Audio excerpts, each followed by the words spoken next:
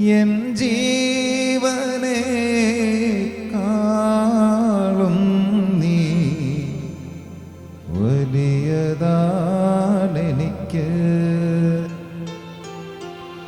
ആരാധന ആരാധന ആരാധന ആരാധന ആരാധന ആരാധന ആരാധന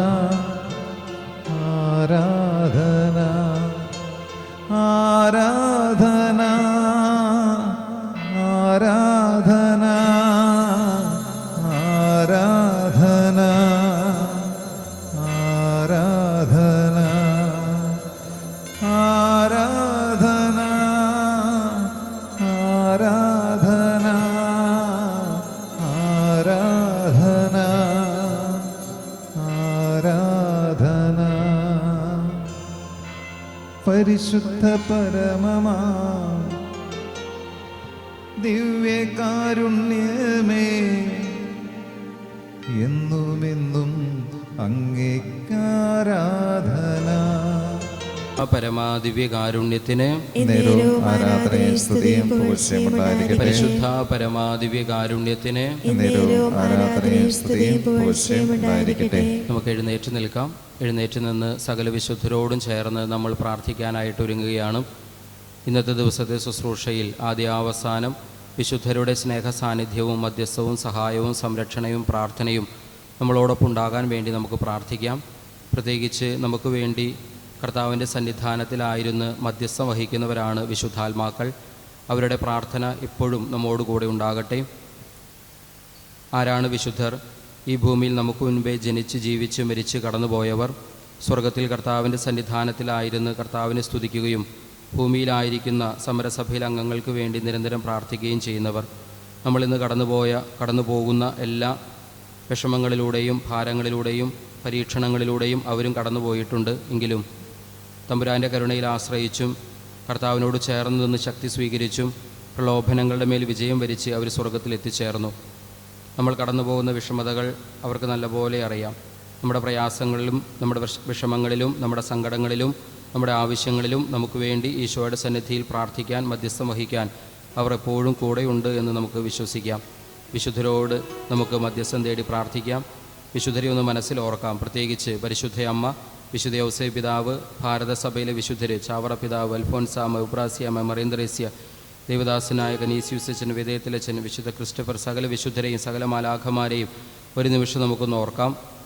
എല്ലാ വാഴ്ത്തപ്പെട്ടവരെയും ധന്യരെയും ദൈവദാസരെയും നമുക്ക് ഓർക്കാം. നമ്മുടെ പേരിന് കാരണഭൂതരായ വിശുദ്ധരെ നമുക്ക് ഓർക്കാം. പ്രത്യേകിച്ച് നമ്മളിന്നും പ്രാർത്ഥിക്കാറുള്ള വിശുദ്ധരെയും നമുക്ക് ഓർക്കാം. ഭാരതത്തിന് വിശ്വാസത്തിൻ്റെ വെളിച്ചം പകർന്നു നൽകിയ തോമാസ് ലീഹ, ഫ്രാൻസിസ് സേവ്യർ എന്നിവരെല്ലാം പ്രത്യേകം നമുക്ക് ഓർക്കാം. നമ്മുടെ എല്ലാ ആവശ്യങ്ങളും നിയോഗങ്ങളും ഒക്കെ വിശുദ്ധരുടെ മധ്യസ്ഥതയിൽ ഈശോയ്ക്ക് നമുക്ക് സമർപ്പിക്കാം. വിശുദ്ധരോട് ചേർന്ന് നിന്ന് വിശുദ്ധരുടെ അരികിൽ നിന്ന് അല്പസമയം നമ്മളൊന്ന് കർത്താവിനെ സ്തുതിക്കാനും പ്രാർത്ഥിക്കാനും ഒരുങ്ങുകയാണ്. സ്വർഗത്തിൽ കർത്താവിനെ മുഖാഭിമുഖം ദർശിച്ച് ഓരോ നിമിഷവും കർത്താവിൻ്റെ സന്നിധിയിലേക്ക് സ്തുതികൾ ഉയർത്തുന്ന വിശുദ്ധരുടെ അരികിൽ നിന്നുകൊണ്ട്, വിശുദ്ധർക്കൊപ്പം നിന്നുകൊണ്ട് നമുക്കും കർത്താവിനെ സ്തുതിക്കാൻ ഒരുങ്ങാം. കരങ്ങൾ രണ്ടും ഉയർത്താം. ഉയർത്തിയ കൈകളിൽ വിശുദ്ധരും മാലാഖമാരും ചേർത്ത് പിടിച്ചിരിക്കുന്നു എന്ന് നമുക്ക് വിശ്വസിക്കാം. രണ്ട് കരങ്ങൾ ഉയർത്തി വിശുദ്ധരോട് ചേർന്ന് എന്ന് ഈശോയെ നമുക്ക് സ്തുതിക്കാം. ഹല്ലേലൂയ ഹല്ലേലൂയ ഹല്ലേലൂയ ഹല്ലേലൂയ ഹല്ലേലൂയ ഹല്ലേലൂയ. യേശുവേ ആരാധന ആരാധന ആരാധന ആരാധന ആരാധന ആരാധന ആരാധന ആരാധന ആരാധന. ആബാ പിതാവേ ആരാധന, പുത്രനായ ഈശോയെ ആരാധന, പരിശുദ്ധാത്മാവേ ആരാധന, തൃത്വൈക ദൈവമേ ആരാധന. വിശുദ്ധരോട് ചേർന്ന് ഞങ്ങളങ്ങയെ ആരാധിക്കുന്നു. പരിശുദ്ധ അമ്മയോട് ചേർന്ന് ഞങ്ങളങ്ങയെ ആരാധിക്കുന്നു. അപ്പസ്തോലന്മാരോട് ചേർന്ന് ഞങ്ങളങ്ങയെ ആരാധിക്കുന്നു. സുവിശേഷകന്മാരോട് ചേർന്ന് ഞങ്ങളങ്ങയെ ആരാധിക്കുന്നു. രക്തസാക്ഷികളോട് ചേർന്ന് ഞങ്ങളങ്ങയെ ആരാധിക്കുന്നു. വന്ദക നിരയോട് ചേർന്ന് ഞങ്ങളങ്ങയെ ആരാധിക്കുന്നു. ഹല്ലേലൂയ ഹല്ലേലൂയ ഹല്ലേലൂയ ഹല്ലേലൂയ ഹല്ലേലൂയ ഹല്ലേലൂയ ഹല്ലേലൂയ ഹല്ലേലൂയ ഹല്ലേലൂയ. പൂർവ്വപിതാക്കന്മാരോട് ചേർന്ന് ആരാധിക്കുന്നു. ഹല്ലേലൂയ ഹല്ലേലൂയ. പ്രവാചകന്മാരോട് ചേർന്ന് ആരാധിക്കുന്നു. ഹല്ലേലൂയ ഹല്ലേലൂയ ഹല്ലേലൂയ ഹല്ലേലൂയ ഹല്ലേലൂയ ഹല്ലേലൂയ ഹല്ലേലൂയ ഹല്ലേലൂയ.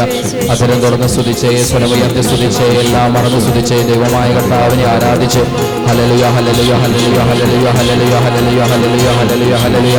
രണ്ട് കരങ്ങളും സ്വർഗ്ഗത്തോളം ഉയർത്തി ഒരുമിച്ചുറങ്ങ് വിളിച്ചേ, യേശുവേ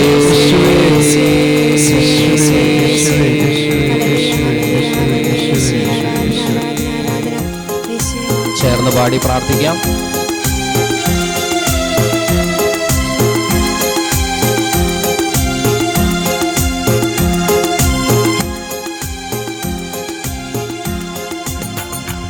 കർത്താവേ കനിയണമേ, കർത്താവേ കനിയണമേ, മിശിഹായേ കനിയണമേ, മിശിഹായേ കനിയണമേ, റൂഹായേ കനിയണമേ, റൂഹായേ കനിയണമേ, ദൈവമേ കനിയണമേ, ദൈവമേ കനിയണമേ, പരിശുദ്ധ മാലാഖമാരേ പ്രാർത്ഥിക്കണമേ ഞങ്ങൾക്കാ, പരിശുദ്ധയായ കന്യാമേരി പ്രാർത്ഥിക്കണമേ ഞങ്ങൾക്കാ, വിശുദ്ധനായ യൗസേപ്പേ എല്ലാവരും ചേർന്ന് പ്രാർത്ഥിക്കണമേ ഞങ്ങൾക്കാ, സകല വിശുദ്ധന്മാരെ ഇരട്ടി സ്വരത്തിൽ പ്രാർത്ഥിക്കണമേ ഞങ്ങൾക്കാ, വിശുദ്ധനായ പത്രോസേ പ്രാർത്ഥിക്കണമേ ഞങ്ങൾക്കാ, വിശുദ്ധനായ പൗലോസേ പ്രാർത്ഥിക്കണമേ ഞങ്ങൾക്കാ, വിശുദ്ധനായ തോമയേ പ്രാർത്ഥിക്കണമേ ഞങ്ങൾക്കാ, വിശുദ്ധനായ മത്തായി പ്രാർത്ഥിക്കണമേ ഞങ്ങൾക്കാ, വിശുദ്ധനായ മർക്കോസേ പ്രാർത്ഥിക്കണമേ ഞങ്ങൾക്കാ, വിശുദ്ധനായ ലൂക്കോസേ പ്രാർത്ഥിക്കണമേ ഞങ്ങൾക്കാ, വിശുദ്ധനായ യോഹന്നാനേ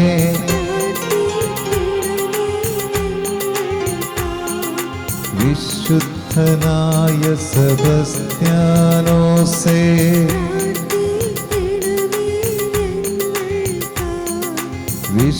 വിശുദ്ധനായ അഗസ്തീനോസേ പ്രാർത്ഥിക്കണമേ ഞങ്ങൾക്കാ, വിശുദ്ധനായ ബർണാഡേ പ്രാർത്ഥിക്കണമേ ഞങ്ങൾക്കാ, വിശുദ്ധനായ ആൽബർട്ടേ പ്രാർത്ഥിക്കണമേ ഞങ്ങൾക്കാ, വിശുദ്ധനായ ഡോൺ ബോസ്കോ പ്രാർത്ഥിക്കണമേ ഞങ്ങൾക്കാ, വിശുദ്ധനായ ഡൊമിനിക് സാവിയോ പ്രാർത്ഥിക്കണമേ ഞങ്ങൾക്കാ, വിശുദ്ധനായ എസ്തഫാനോസ് പ്രാർത്ഥിക്കണമേ ഞങ്ങൾക്കാ, വിശുദ്ധനായ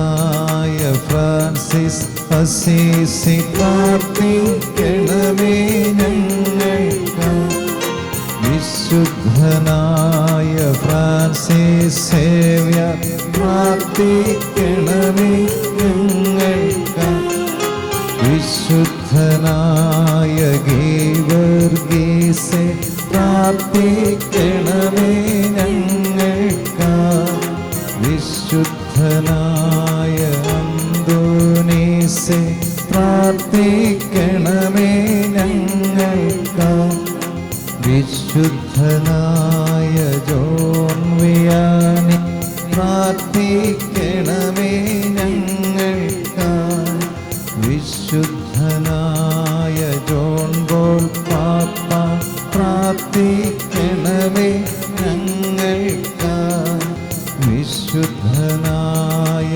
ചാവറയച്ച പ്രാർത്ഥിക്കണമേ ഞങ്ങൾക്കാ, വിശുദ്ധ വിശുദ്ധയായ അൽഫോൻസാമേ പ്രാർത്ഥിക്കണമേ ഞങ്ങൾക്കായി. വിശുദ്ധയായ യവപ്രസ്യാമേ പ്രാർത്ഥിക്കണമേ ഞങ്ങൾക്കായി. വിശുദ്ധയായ സിസിലിയ പ്രാർത്ഥിക്കണമേ ഞങ്ങൾക്കായി. വിശുദ്ധയായ ക്ലാരയെ പ്രാർത്ഥിക്കണമേ ഞങ്ങൾക്കായി. വിശുദ്ധയായ അമ്മ ത്രേസ്യ പ്രാർത്ഥിക്കണമേ ഞങ്ങൾക്കായി. വിശുദ്ധയായ മരിയ കുരേത്തി പ്രാർത്ഥിക്കണമേ ഞങ്ങൾക്കായി. വിശുദ്ധയായ ഫൗസ്തീന പ്രാർത്ഥിക്കണമേ ഞങ്ങൾക്കായി. സകല വിശുദ്ധന്മാരെ പ്രാർത്ഥിക്കണമേ ഞങ്ങൾക്കായി. സകല വിശുദ്ധമാരെ പ്രാർത്ഥിക്കണമേ ഞങ്ങൾക്കായി. രണ്ട് കരങ്ങളും ഉയർത്തി സ്തുതിക്കാം. ഹല്ലേലൂയ ഹല്ലേലൂയ ഹല്ലേലൂയ ഹല്ലേലൂയ ഹല്ലേലൂയ ഹല്ലേലൂയ ഹല്ലേലൂയ ഹല്ലേലൂയ ഹല്ലേലൂയ ഹല്ലേലൂയ ഹല്ലേലൂയ. ശക്തിയായിട്ട് സ്തുതിക്കാം, മധുരം തുറന്ന് സ്തുതിക്കാം, എല്ലാം മറന്ന് സ്തുതിക്കാം. ക്രൂശിതനായ കർത്താവിനെ കൺമുൻപിൽ കണ്ടുകൊണ്ട് സ്തുതിക്കുക. കർത്താവിൻ്റെ തിരുഹൃദയം കണ്ടുകൊണ്ട് സ്തുതിക്കാം. കർത്താവിൻ്റെ തിരുമുറിവുകളിലേക്ക് സ്തുതിക്കാം. കർത്താവിൻ്റെ തിരുഹൃദയത്തിൽ നിന്നും തിരുമുറിവിൽ നിന്നും ഒഴുകിയിറങ്ങുന്ന തിരുരക്തവും തിരുനടവും തിരുജലവും നോക്കിക്കൊണ്ട് സ്തുതിക്കാം. ഹല്ലേലൂയ ഹല്ലേലൂയ ഹല്ലേലൂയ ഹല്ലേലൂയ ഹല്ലേലൂയ. ഈശോയുടെ രക്തത്താൽ കഴുകപ്പെടാൻ ആഗ്രഹിക്കാം. ഈശോയുടെ രക്തത്താൽ വിശുദ്ധീകരിക്കപ്പെടാൻ ആഗ്രഹിക്കാം. യേശുവിൻ്റെ രക്തം നൽകുന്ന വിടുതലും വിമോചനവും സ്വാതന്ത്ര്യ രക്ഷയും സൗഖ്യവും സ്വീകരിക്കാൻ ആഗ്രഹിക്കാം. ശക്തിയായിട്ട് സ്തുതിക്കുക, എല്ലാം മറന്ന് സ്തുതിക്കുക. ഹല്ലേലൂയ ഹല്ലേലൂയ ഹല്ലേലൂയ ഹല്ലേലൂയ ഹല്ലേലൂയ. എല്ലാവരും സ്തുതിക്കട്ടെ. ഗത്സമേനയിൽ വിയർപ്പായി ഒഴുകിയിറങ്ങിയ തിരു രക്തമേ ഞങ്ങളെ കഴുകണമേ, കഴുകി വിശുദ്ധീകരിക്കണമേ. വിടുതലും വിമോചനവും സ്വാതന്ത്ര്യ രക്ഷയും സൗഖ്യവും അഭിഷേകവും ഞങ്ങൾക്ക് നൽകണമേ.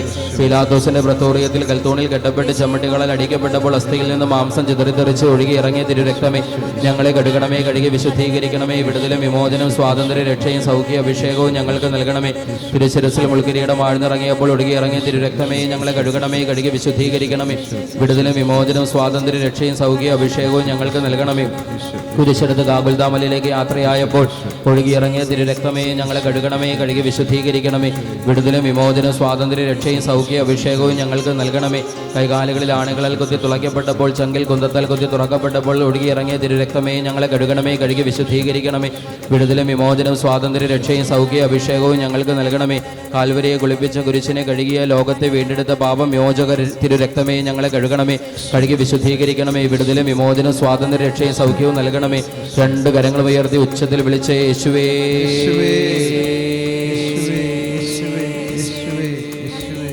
ചേർന്ന് പാടി പ്രാർത്ഥിക്കാം.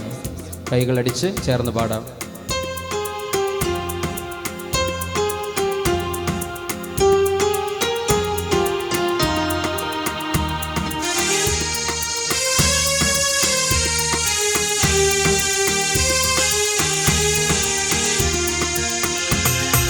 നിൻ തിരുരക്തത്താൽ കഴുകണമേ ഈശോ, നിൻ തിരുഹിതമെന്നിൽ നിറവേറ്റണമേ ഈശോ. ചേർന്ന് പാടാം. നിൻ തിരുരക്തത്താൽ കഴുകണമേ ഈശോ, നിൻ തിരുഹിതമെന്നിൽ നിറവേറ്റണമേ ഈശോ.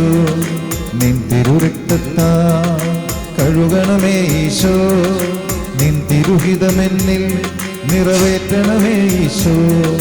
നിൻ തിരുരക്തത്താൽ കഴുകണമേ ഈശോ, നിൻ തിരുഹിതമെന്നിൽ നിറവേറ്റണമേ ഈശോ. പാവനാത്മാവാ നിറയ്ക്കണമേ ഈശോ, പാപഭാരങ്ങൾ അകറ്റണമേ ഈശോ. പാവനാത്മാവാ നിറയ്ക്കണമേ ഈശോ, പാപഭാരങ്ങൾ അകറ്റണമേ ഈശോ. നിൻ തിരുരക്തത്താൽ കഴുകണമേ ഈശോ, നിൻ തിരുഹിതമെന്നിൽ നിറവേറ്റണമേ ഈശോ. രണ്ട് കരങ്ങളും ഉയർത്തി സ്തുതിക്കാം. ഹല്ലേലൂയ ഹല്ലേലൂയ ഹല്ലേലൂയ ഹല്ലേലൂയ ഹല്ലേലൂയ ഹല്ലേലൂയ. ശക്തിയോടെ സ്തുതിക്കുക, അധരം തുറന്ന് സ്തുതിക്കുക, സ്വരമുയർത്തി സ്തുതിക്കുക. എല്ലാം മറന്ന് കർത്താവിനെ സ്തുതിക്കട്ടെ. ഹല്ലേലൂയ ഹല്ലേലൂയ ഹല്ലേലൂയ ഹല്ലേലൂയ ഹല്ലേലൂയ ഹല്ലേലൂയ ഹല്ലേലൂയ ഹല്ലേലൂയ. ഗ്ലോറിയ, ആരാധന ആരാധന ആരാധന ആരാധന ആരാധന. ഈശോയെ നിന്റെ തിരുരക്തം കൊണ്ട് കഴുകണമേ. ശരീരം, മനസ്സ്, ആത്മാവ്, ബുദ്ധി, ചിന്തകൾ, വികാരങ്ങൾ, വിചാരങ്ങൾ, പഞ്ചേന്ദ്രിയങ്ങൾ എല്ലാം കർത്താവിൽ നിന്റെ തിരുരക്തത്തിൽ കഴുകണമേ. കഴുകി വിശുദ്ധീകരിക്കണമേ. വിടുതലും വിമോചന, സ്വാതന്ത്ര്യ, രക്ഷയും സൗഖ്യവും നൽകണമേ.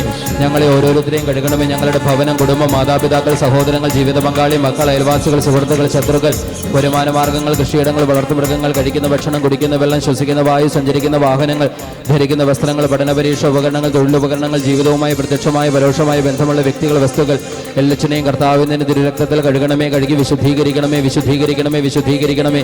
രണ്ട് കരങ്ങളും ഉയർത്തി ഒരുമിച്ചുറക്കം വിളിച്ച് യേശുവേ യേശുവേ. കൈകളടിച്ച് ചേർന്ന് പാടി പ്രാർത്ഥിക്കാം.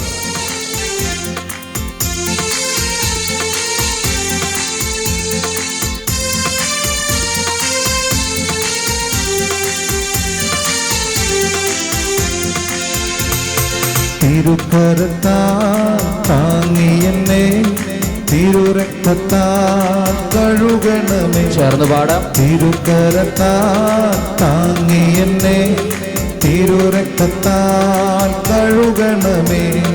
പെരുമഴ പോൽ പെയ്യട്ടെ, പെരുമഴ പോൽ പെയ്യട്ടെ. യേശുവിൻ രക്തം, യേശുവിൻ രക്തം, യേശുവിൻ തിരുരക്തം. എല്ലാവരും യേശുവിൻ രക്തം, യേശുവിൻ രക്തം, യേശുവിൻ തിരുരക്തം. തിരുക്കരത്താൽ താങ്ങി എന്നെ തിരുരക്തത്താൽ കഴുകണമേ. ഒരുമിച്ചുറക്കെ തിരുക്കരത്താൽ താങ്ങി എന്നെ തിരുരക്തത്താൽ കഴുകണമേ. രണ്ട് കരങ്ങളും ഉയർത്തി സ്തുതിക്കാം. ഹല്ലേലൂയ ഹല്ലേലൂയ ഹല്ലേലൂയ ഹല്ലേലൂയ ഹല്ലേലൂയ ഹല്ലേലൂയ ഹല്ലേലൂയ. ഈശോയുടെ തിരുരക്തം ഒഴുകട്ടെ. തിരുരക്തത്താൽ ഞങ്ങൾ കഴുകപ്പെടട്ടെ. തിരുരക്തത്താൽ ഞങ്ങളെ ഓരോരുത്തരെയും വിശുദ്ധീകരിക്കണമേ. തിരുരക്തത്തിന്റെ അഭിഷേകം ഞങ്ങൾക്ക് നൽകണമേ. ഹല്ലേലൂയ ഹല്ലേലൂയ ഹല്ലേലൂയ ഹല്ലേലൂയ ഹല്ലേലൂയ ഹല്ലേലൂയ ഹല്ലേലൂയ. നിങ്ങൾ ഭൂമിയിൽ കെട്ടുന്നതെല്ലാം സ്വർഗ്ഗത്തിലും കെട്ടപ്പെട്ടിരിക്കും. നിങ്ങൾ ഭൂമിയിൽ അഴിക്കുന്നതെല്ലാം സ്വർഗ്ഗത്തിലും അഴിക്കപ്പെട്ടിരിക്കും. അവൻ 12 പേരെയും അടുത്ത് വിളിച്ച് സകല പിശാചുക്കളുടെയും മേൽ അവർക്ക് അധികാരവും ശക്തിയും കൊടുത്തു. പത്രോസേ, നീ പാറയാണ്, ഈ പാറമേൽ എൻ്റെ പള്ളി ഞാൻ പണിയും. നരക കവാടങ്ങൾ അതിനെതിരെ പ്രബലപ്പെടുകയില്ല. ഈ തിരുവചനങ്ങളുടെ ശക്തിയാൽ പൗരോഹിത്യത്തിനും തിരുസഭയ്ക്ക് നൽകപ്പെട്ട അധികാരത്തിന്റെ ശക്തിയാൽ എല്ലാ തിന്മകളെയും ശാസിക്കുന്നു, ബന്ധിക്കുന്നു, ബഹിഷ്കരിക്കുന്നു, നിർവീര്യമാകുന്നു. വിട്ടുപോകട്ടെ. നീയും സ്ത്രീയും തമ്മിലും അവളുടെ സന്തതിയും നിന്റെ സന്തതിയും തമ്മിൽ ഞാൻ ശത്രുത ഉളവാക്കും. അവൻ നിന്നെ തല തകർക്കുന്ന വചനത്തിന്റെ ശക്തിയാൽ, പരിശുദ്ധ അമ്മയുടെ വിമല ഹൃദയത്തിന്റെയും ജപമാലയുടെയും ശക്തിയാൽ, സ്നേഹ സാന്നിധ്യത്തിന്റെയും പ്രാർത്ഥനയുടെയും ശക്തിയാൽ എല്ലാ തിന്മകളെയും ശാസിക്കുന്നു, ബന്ധിക്കുന്നു, ബഹിഷ്കരിക്കുന്നു, നിർവീര്യമാകുന്നു. വിട്ടുപോകട്ടെ. മനുഷ്യൻ അപ്പം കൊണ്ട് മാത്രമല്ല, കർത്താവിന്റെ അതിരിൽ നിന്ന് പുറപ്പെടുന്ന ഒരു വാക്കും കൊണ്ട് കൂടെയാണ് ജീവിക്കുന്നത്.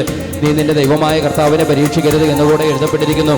സാധാരണ ദൂരം പോകുന്ന നിന്റെ ദൈവമായ കർത്താവ്, ഏക കർത്താവ്, അവിടുത്തെ മാത്രമേ ആരാധിക്കാവൂന്ന് എഴുതപ്പെട്ടിരിക്കുന്നു. ഈ തിരുവചനങ്ങളുടെ ശക്തിയാൽ മരുഭൂമിയിലെ പ്രലോഭന വേളയിൽ പിശാചിന്റെ പ്രലോഭനങ്ങളെ നിർവീര്യമാക്കി യേശു വചനങ്ങളുടെ ശക്തിയാൽ എല്ലാ തിന്മകളെയും ശാസിക്കുന്നു, ബന്ധിക്കുന്നു, ബഹിഷ്കരിക്കുന്നു, നിർവീര്യമാകുന്നു. വിട്ടുപോകട്ടെ. യേശുവിന്റെ രക്തത്താൽ കഴുകപ്പെടട്ടെ. യേശുവിന്റെ രക്തത്താൽ കഴുകപ്പെടട്ടെ. യേശുവിന്റെ തിരുരക്തം ഒഴുകട്ടെ. തിരുരക്തം ഒഴുകട്ടെ.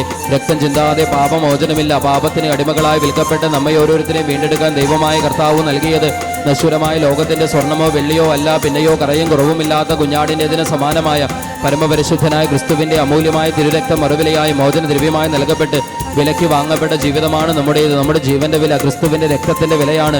ആ തിരുരക്തം ഒഴുകട്ടെ, ഒഴുകട്ടെ, ഒഴുകട്ടെ, ഒഴുകട്ടെ. രണ്ട് കരങ്ങൾ ഉയർത്തി 3 പ്രാവശ്യം യേശുവേ എന്ന് വിളിച്ച് യേശുവേ യേശുവേ യേശുവേ. കൈകളടിച്ച്, ശക്തിയായി കൈകളടിച്ച് ചേർന്ന് പാടി പ്രാർത്ഥിക്കാം.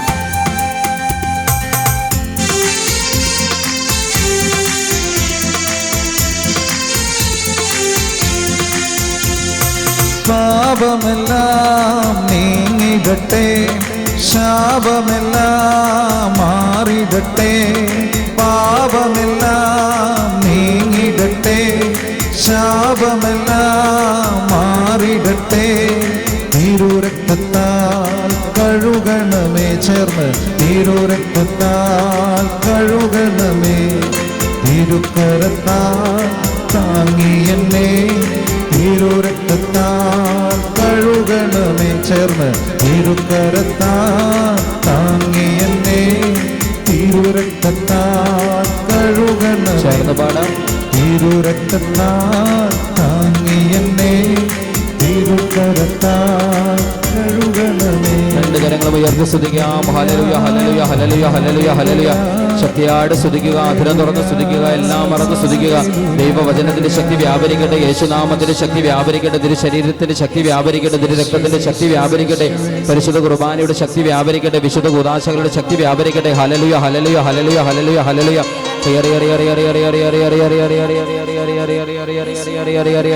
ശക്തിയായിട്ട് സ്തുതിച്ചേ, അധരം തുറന്ന് സ്തുതിച്ചേ, സ്വരമുയർത്തി സ്തുതിച്ചേ, എല്ലാം മറന്ന് സ്തുതിച്ചേ, എല്ലാവരും സ്തുതിച്ചേ. വചനത്തിന്റെ ശക്തി, തിരുനാമത്തിന്റെ ശക്തി, തിരു രക്തത്തിന്റെ ശക്തി, തിരു ഹൃദയത്തിന്റെ ശക്തി, തിരു മുറിവുകളുടെ ശക്തി, പരിശുദ്ധ കുർബാനയുടെ ശക്തി, വിശുദ്ധ കൂദാശകളുടെ ശക്തി വ്യാപരിക്കട്ടെ, ശക്തി വ്യാപരിക്കട്ടെ. പിതാവായ ദൈവമേ, സ്നേഹ സംരക്ഷണ കോട്ട കെട്ടണമേ. പുത്രനായ ഈശോയെ, തിരുരക്ത കോട്ട കെട്ടണമേ. പരിശുദ്ധാത്മാവേ, അഗ്നി കോട്ട കെട്ടണമേ. പരിശുദ്ധ അമ്മേ, വിമല ഹൃദയ കോട്ട കെട്ടണമേ. വിശുദ്ധരെ വിശുദ്ധി കോട്ട കെട്ടണമേ. മാലാഖമാരെ ശക്തി കോട്ട കെട്ടണമേ. ഹല്ലേലൂയ ഹല്ലേലൂയ ഹല്ലേലൂയ ഹല്ലേലൂയ ഹല്ലേലൂയ. രണ്ട് കരങ്ങൾ ഉയർത്തി 3 പ്രാവശ്യം യേശുവേ എന്ന് വിളിച്ചേ. യേശുവേ യേശുവേ യേശുവേ.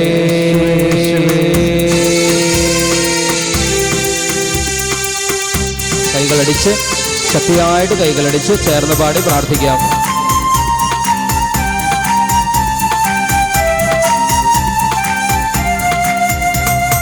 രോഗമെല്ലാം മാറിടട്ടെ, കഷ്ടമെല്ലാം നീങ്ങിടട്ടെ.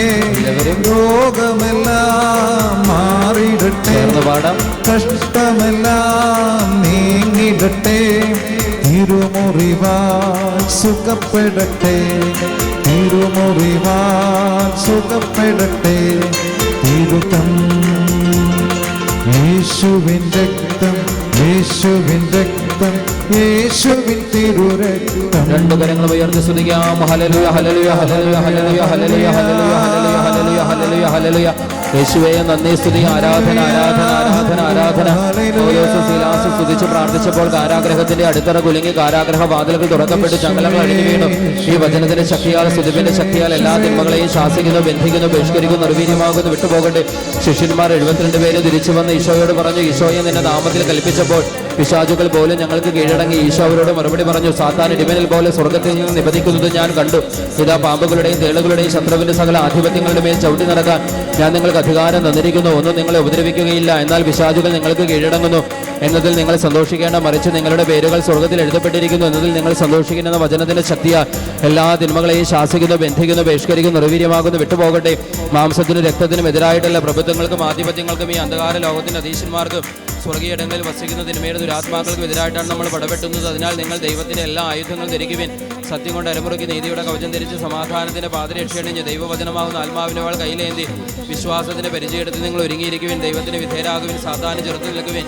അപ്പോൾ അവൻ നിങ്ങളിൽ നിന്ന് ഓടിയാകുന്നുകൊള്ളുന്ന വചനത്തിന്റെ ശക്തിയാൽ, ആത്മീയ ആയുധങ്ങളുടെ ശക്തിയാൽ എല്ലാ തിന്മകളെയും ശാസിക്കുന്നു, ബന്ധിക്കുന്നു, ബഹിഷ്കരിക്കുന്നു, നിർവീര്യമാകുന്നു, വിട്ടുപോകട്ടെ. യേശുവിന്റെ തിരുരക്തത്തിന്റെയും തിരുവചനത്തിന്റെയും ശക്തി വ്യാപരിക്കട്ടെ, ശക്തി വ്യാപരിക്കട്ടെ. ഹല്ലേലൂയ ഹല്ലേലൂയ ഹല്ലേലൂയ ഹല്ലേലൂയ ഹല്ലേലൂയ ഹല്ലേലൂയ. കരങ്ങൾ ഹൃദയത്തോട് ചേർത്ത് വയ്ക്കാം, ശ്രദ്ധയോടെ കേൾക്കാം. അത് സാബത്തിനുള്ള ഒരുക്കത്തിൻ്റെ ദിവസമായിരുന്നു. ആ സാബത്ത് ഒരു വലിയ ദിവസമായിരുന്നു. സാബത്തിൽ ശരീരങ്ങൾ കുരിശിൽ കിടക്കാതിരിക്കാൻ വേണ്ടി അവരുടെ കാലുകൾ തകർക്കാനും അവരെ നീക്കം ചെയ്യാനും യഹൂദർ പീലാത്തോസിനോട് ആവശ്യപ്പെട്ടു. അതിനാൽ പടയാളികൾ വന്ന് അവനോടുകൂടെ ക്രൂശിക്കപ്പെട്ടിരുന്ന 2 പേരുടെയും കാലുകൾ തകർത്തു. അവർ യേശുവിനെ സമീപിച്ചപ്പോൾ അവൻ മരിച്ചു കഴിഞ്ഞു എന്ന് കാണുകയാൽ അവൻ്റെ കാലുകൾ തകർത്തില്ല. എന്നാൽ പടയാളികളിൽ ഒരാൾ അവൻ്റെ പാർശ്വത്തിൽ കുന്തം കൊണ്ട് കുത്തി. ഉടനെ അതിൽ നിന്ന് രക്തവും വെള്ളവും പുറപ്പെട്ടു. അത് കണ്ടയാൾ തന്നെ സാക്ഷ്യപ്പെടുത്തിയിരിക്കുന്നു. അവൻ്റെ സാക്ഷ്യം സത്യമാണ്. നിങ്ങളും വിശ്വസിക്കേണ്ടതിന് താൻ സത്യമാണ് പറയുന്നതെന്ന് അവൻ അറിയുകയും ചെയ്യുന്നു. അവൻ്റെ അസ്ഥികളിൽ ഒന്നുപോലും തകർക്കപ്പെടുകയില്ല എന്ന തിരുവെഴുത്ത് പൂർത്തിയാകാൻ വേണ്ടിയാണ് ഇത് സംഭവിച്ചത്. മറ്റൊരു തിരുവെഴുത്ത് പറയുന്നു, തങ്ങൾ കുത്തി മുറിവേൽപ്പിച്ചവനെ അവർ നോക്കി നിൽക്കും. കൈകൾ കൂപ്പാം. സ്വർഗസ്ഥനായ ഞങ്ങളുടെ പിതാവേ, അങ്ങയുടെ നാമം പൂജിതമാകണമേ. അങ്ങയുടെ രാജ്യം വരണമേ. അങ്ങയുടെ തിരുമനസ് സ്വർഗത്തിലെ പോലെ ഭൂമിയിലുമാകണമേ. ഞങ്ങളോട് ചെയ്യുന്നവരോട് ഞങ്ങൾ ക്ഷമിക്കുന്നത് പോലെ ഞങ്ങളുടെ തെറ്റുകൾ ഞങ്ങളോട് ക്ഷമിക്കണമേ. ഞങ്ങളെ പ്രലോഭനപ്പെടുത്തരുതേ, ഞങ്ങളെ രക്ഷിക്കണമേ. നന്മ നിറഞ്ഞ മറിയമേ, സ്വസ്തി, കർത്താവ് അങ്ങയോടുകൂടെ സ്ത്രീകളിൽ അങ്ങ് അനുഗ്രഹിക്കപ്പെട്ടവളാകുന്നു. അങ്ങയുടെ ഉദരത്തിൻ്റെ ഫലമായ ഈശോ അനുഗ്രഹിക്കപ്പെട്ടവനാകുന്നു. പരിശുദ്ധ മറിയമേ, തമ്പുരാന്റെ അമ്മേ, പാപികളായ ഞങ്ങൾക്ക് വേണ്ടി ഇപ്പോഴും ഞങ്ങളുടെ മരണസമയത്തും തമ്പുരാനോട് അപേക്ഷിക്കണമേ. ശുദ്ധ പരമാദിവ്യകാരുണ്യത്തിന് എന്നേരവും ആരാധനയും സ്തുതിയും പുകഴ്ചയും പരിശുദ്ധ ഉണ്ടായിരിക്കട്ടെ. പരമാദിവ്യകാരുണ്യത്തിന് എന്നേരവും ആരാധനയും സ്തുതിയും പുകഴ്ചയും ഉണ്ടായിരിക്കട്ടെ. ഒരുമിച്ച് ഉറക്കെ പ്രാർത്ഥിച്ചുകൊണ്ട് കുരിശടയാളം വരയ്ക്കാം. എല്ലാവരും ചേർന്ന് വിശുദ്ധ കുരിശിൻ്റെ അടയാളത്താലെ ഞങ്ങളുടെ ശത്രുക്കളിൽ നിന്ന് ഞങ്ങളെ രക്ഷിക്കുക ഞങ്ങളുടെ തമ്പുരാനെ. പിതാവിൻ്റെയും പുത്രൻ്റെയും പരിശുദ്ധാത്മാവിൻ്റെയും നാമത്തിൽ ആമേൻ. ഈശോ മിശിഹായ്ക്ക് സ്തുതിയായിരിക്കട്ടെ. എപ്പോഴും സ്തുതിയായിരിക്കട്ടെ. ഇടതും വലതും നിൽക്കുന്നവർക്കൊന്ന് സ്തുതി കൊടുക്കാം. മുഖത്തൊന്ന് നോക്കി, കണ്ണിൽ നോക്കി പുഞ്ചിരിച്ച് ഒന്നുകൂടെ ഒന്ന് സ്തുതി കൊടുക്കാവോ? മുഖത്ത് നോക്കി, നിലത്തല്ല, മുഖത്ത് നോക്കി, കണ്ണിൽ നോക്കി പുഞ്ചിരിച്ച് ഒന്നുകൂടെ ഒന്ന് സ്തുതി കൊടുക്കാം. മുന്നിലും പുറകിലും നിൽക്കുന്നവർ കൂടെ സ്തുതി കൊടുക്കാവോ? മുന്നിലും പുറകിലും നിൽക്കുന്നവർ കൂടെ സ്തുതി കൊടുക്കാവോ? നമുക്കിരിക്കാം, സ്വസ്ഥാനങ്ങളിരിക്കാം. ഇരുന്നുകൊണ്ട് ഉറക്കെന്ന് പറയാവോ? ഹല്ലേലൂയ, ഹല്ലേലൂയ, ഹല്ലേലൂയ. യേശുവേ നന്ദി, യേശുവേ സ്തുതി, യേശുവേ ആരാധന. പരിശുദ്ധാത്മാവേ നന്ദി, പരിശുദ്ധാത്മാവേ സ്തുതി, പരിശുദ്ധാത്മാവേ ആരാധന. പിതാവേ നന്ദി, പിതാവേ സ്തുതി, പിതാവേ ആരാധന. ഹല്ലേലൂയ, ഹല്ലേലൂയ, ഹല്ലേലൂയ. ഈശോയിൽ ഏറ്റവും സ്നേഹം നിറഞ്ഞ ബഹുമാനപ്പെട്ട വികാരിയച്ച, പ്രൊൻഷേളമ്മ, സിസ്റ്റേഴ്സ്, പ്രിയമുള്ള മാതാപിതാക്കളെ, സഹോദരങ്ങളെ, നമ്മൾ വലിയ അനുഗ്രഹീതമായ ഒരു മാസത്തിൽ ആണ് ആയിരിക്കുന്നത്. ജൂൺ മാസം. ജൂൺ മാസം അനുഗ്രഹീതമാണ് എന്ന് പറയുമ്പോൾ അതിൻ്റെ അർത്ഥം മറ്റു മാസങ്ങളിലൊന്നും അനുഗ്രഹം കിട്ടില്ല എന്നല്ല. എല്ലാ മാസവും നമുക്ക് ക്രിസ്ത്യാനികളെ സംബന്ധിച്ചിടത്തോളം വർഷത്തിൽ 365 ദിവസവും, വർഷത്തിൽ 12 മാസവും അല്ലെങ്കിൽ 52 ആഴ്ചയും, ഓരോ ദിവസവും 24 മണിക്കൂർ, ഓരോ മിനിറ്റും ദൈവാനുഗ്രഹപ്രദമാണ്. അനുഗ്രഹം കൂടുതലോ കുറവോ ഉള്ളതായ അങ്ങനെ ദിവസങ്ങളോ മണിക്കൂറുകളോ ഇല്ല. എന്നിരുന്നാലും വലിയ തിരുനാളുകൾ ആഘോഷിക്കപ്പെടുന്നതിൻ്റെ വെളിച്ചത്തിൽ, വലിയ വലിയ തിരുനാളുകൾ ആഘോഷിക്കപ്പെടുന്നതിൻ്റെ വെളിച്ചത്തിൽ നമ്മൾ ചില ദിവസങ്ങളെയോ അല്ലെങ്കിൽ ചില മാസങ്ങളെയോ അനുഗ്രഹീതം, കൃപ നിറഞ്ഞത് എന്നൊക്കെ നമ്മൾ പറയാറുണ്ട്. അങ്ങനെ നോക്കുമ്പോൾ ഈ ജൂൺ മാസം വലിയ അനുഗ്രഹം നിറഞ്ഞ, കൃപ നിറഞ്ഞ ഒരു മാസമാണ്. അതിൻ്റെ കാരണം ജൂൺ മാസത്തിൽ കുറേ അധികം വലിയ തിരുനാളുകൾ ആഘോഷിക്കുന്നുണ്ട്. വലിയ തിരുനാളുകൾ. ഈശോയുടെ പരമാരാധ്യമായ തിരുഹൃദയത്തിൻ്റെ തിരുനാൾ, പരിശുദ്ധ അമ്മയുടെ വിമല ഹൃദയത്തിൻ്റെ തിരുനാൾ, ഈശോയുടെ തിരുശരീര രക്തങ്ങളുടെ, അതായത് പരിശുദ്ധ കുർബാനയുടെ തിരുനാൾ. ഇങ്ങനെ പ്രധാനമായും ഈ തിരുനാളുകൾ, ഇതുകൂടാതെ ചിലപ്പോഴെങ്കിലും, എല്ലാ വർഷവും അല്ല, ചില വർഷങ്ങളിലെങ്കിലും പരിശുദ്ധാത്മാവിൻ്റെ തിരുനാൾ, അതായത് പെന്തക്കുസ്ത തിരുനാൾ, പരിശുദ്ധ ത്രിത്വത്തിൻ്റെ തിരുനാൾ, ഇതൊക്കെ ഈ ജൂൺ മാസം തന്നെയാണ് പലപ്പോഴും വരാറുള്ളത്. അങ്ങനെയൊക്കെ നോക്കുമ്പോൾ ജൂൺ മാസം വലിയ ഒരു അനുഗ്രഹീതമായ, കൃപ നിറഞ്ഞ ഒരു മാസമായിട്ട് നമുക്ക് മനസ്സിലാക്കാനായിട്ട് സാധിക്കും. ഇനി നമ്മുടെ വിശ്വാസികളുടെ ഇടയിൽ ചില മാസങ്ങൾക്ക് ചില പ്രത്യേക പേരുകൾ കൊടുക്കാറുണ്ട്. കത്തോലിക്ക വിശ്വാസികളുടെ, അത് ഔദ്യോഗിക പേരൊന്നുമല്ല, എങ്കിലും ഒരു വിശ്വാസത്തിൽ നിന്നോ ഭക്തിയിൽ നിന്നോ ഒക്കെ ഉടലെടുക്കാറുള്ള ചില പേരുകൾ. ഉദാഹരണത്തിന് ഒക്ടോബർ മാസം പൊതുവേ നമ്മൾ എന്താണ് പറയാറുള്ളത്? എന്ത് മാസം? ജപമാല മാസം എന്ന് നമ്മൾ വിശേഷിപ്പിക്കാറുണ്ട്. ഔദ്യോഗിക പേരൊന്നുമല്ല, എങ്കിലും ഒരു ഭക്തിയിൽ നിന്ന്, ഒരു വിശ്വാസത്തിൽ നിന്ന്, ഒരു പ്രാർത്ഥനയിൽ നിന്ന് നമ്മളൊക്കെ പറയാറുണ്ട് ഒക്ടോബർ മാസം ജപമാല മാസമാണെന്ന്. ഇതുപോലെ മെയ് മാസം പരിശുദ്ധ അമ്മയുടെ മാസമായിട്ട് നമ്മൾ പറയാറുണ്ട്. ഇതുപോലെ തന്നെ ജൂൺ മാസം അറിയപ്പെടുന്നത് വിശ്വാസികൾക്കിടയിൽ, ഇത് ഔദ്യോഗിക പേരല്ല, എങ്കിലും വിശ്വാസികളുടെ ഇടയിൽ അല്ലെങ്കിൽ കത്തോലിക്ക സഭാ സമൂഹങ്ങളിൽ ഈ ജൂൺ മാസം പൊതുവെ അറിയപ്പെടുന്ന പേര് എന്ത് പേരിലായിരിക്കും? എന്ത് മാസം എന്നാണ്?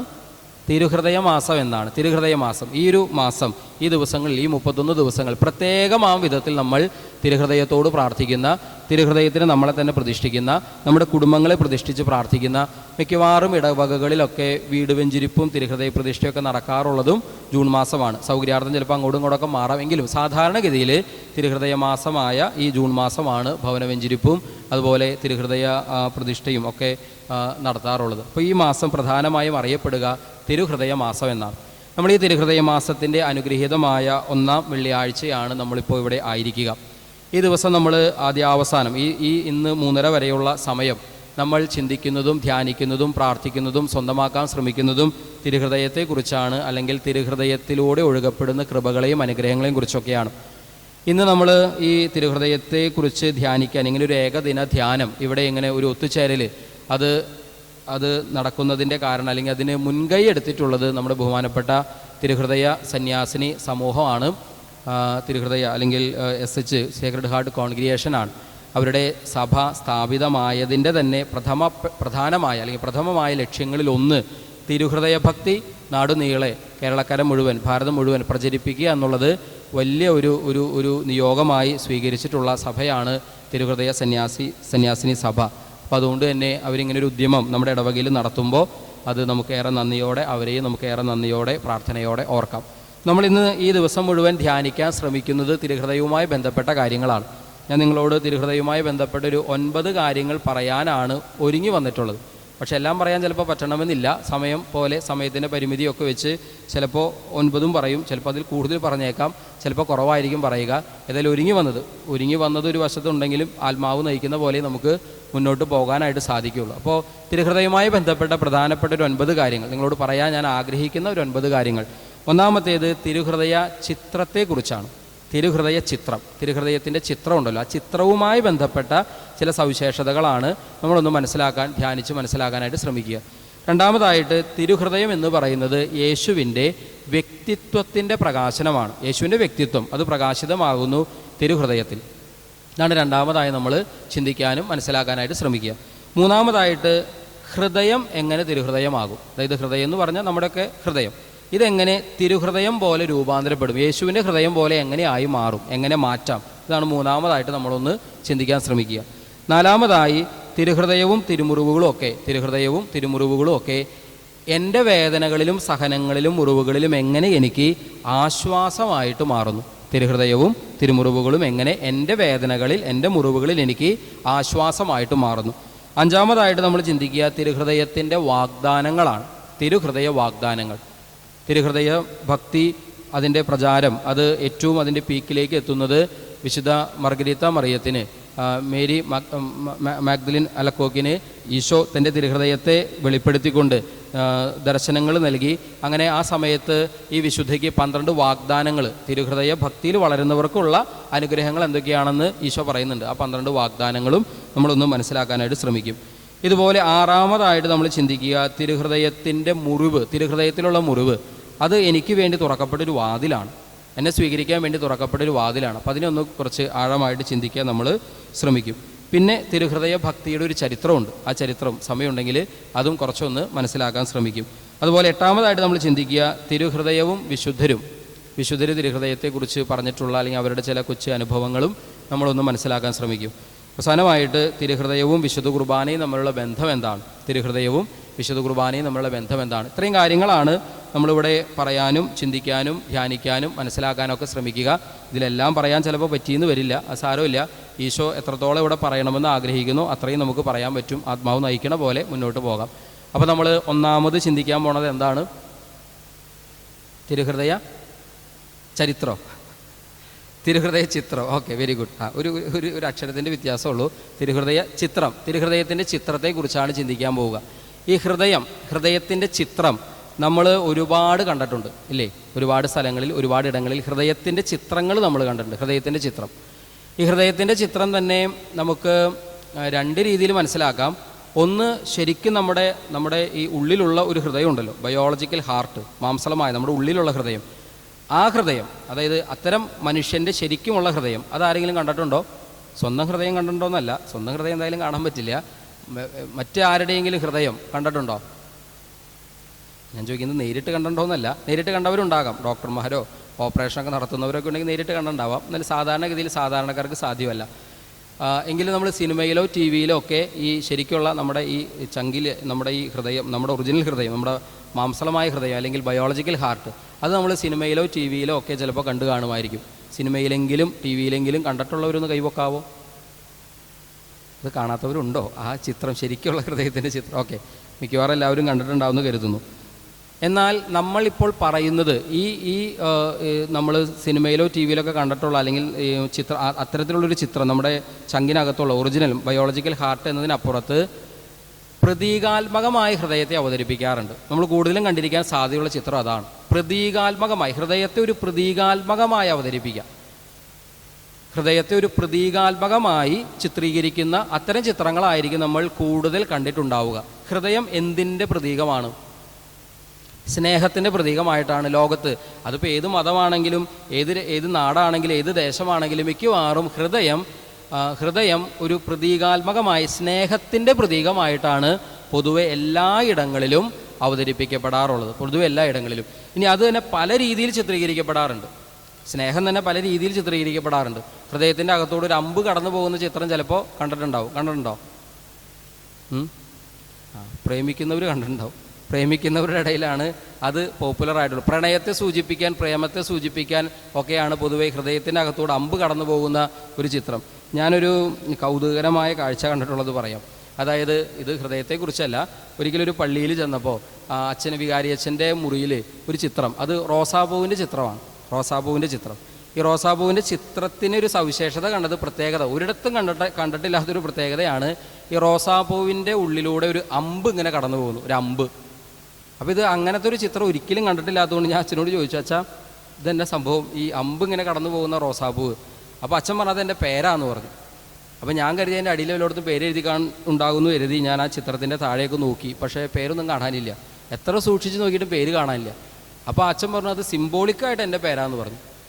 എന്നിട്ട് ഞാൻ ആലോചിച്ച് നോക്കി, എനിക്ക് ഒരു പിടിയും കിട്ടുന്നില്ല സിംബോളിക്കായിട്ട് ഇത് എങ്ങനെ പേരാകുന്നത്. അപ്പോൾ അച്ഛൻ എന്നോട് അപ്പോൾ എനിക്ക് മനസ്സിലാകാത്ത വന്നപ്പോൾ അച്ഛനോട് ചോദിക്കുകയാണ്, അച്ഛാ അതെ, ആ റോസാപ്പൂവിൻ്റെ ഉള്ളിലൂടെ കടന്നു പോകുന്നത് എന്താണ്? അമ്പ്. അമ്പ് കടന്നു പോകുന്നത് എന്തിലൂടെയാണ്? റോസ്. അപ്പോൾ അച്ഛൻ ഒന്ന് ഒരുമിച്ച് പറഞ്ഞേ, പേര് കിട്ടുമെന്ന് പറഞ്ഞു. ഇനി നിങ്ങൾ പറ പേരെന്താണ്? അംബ്രോസ്. അച്ഛൻ്റെ പേര് അംബ്രോസ് എന്നായിരുന്നു. അച്ഛൻ വളരെ പ്രതീകാത്മകമായി സ്വന്തം പേര് അവിടെ അവതരിപ്പിച്ചിരിക്കുക, അംബ്രോസ്.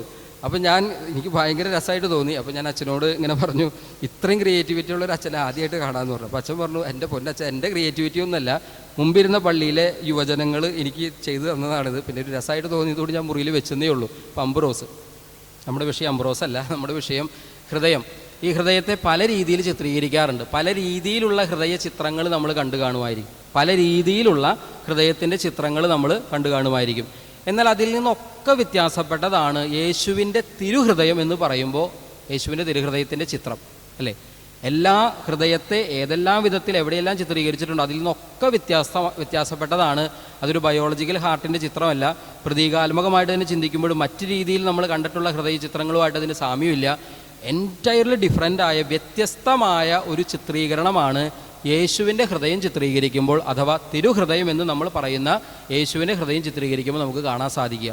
എന്തൊക്കെയാണ് ഈ യേശുവിൻ്റെ ഹൃദയ ചിത്രത്തിലാണ് ഞാൻ പറയണേ. ആ ചിത്രത്തിൽ നമുക്ക് കാണാൻ പറ്റുന്ന കാര്യങ്ങൾ ഒരു 4-5 കാര്യങ്ങൾ കാണാം അതിൽ. മറ്റൊരു ഹൃദയ ചിത്രീകരണത്തിലും കാണാത്ത 4-5 കാര്യങ്ങൾ. ഏതൊക്കെയാണ്? നിങ്ങൾ തന്നെ പറഞ്ഞോ.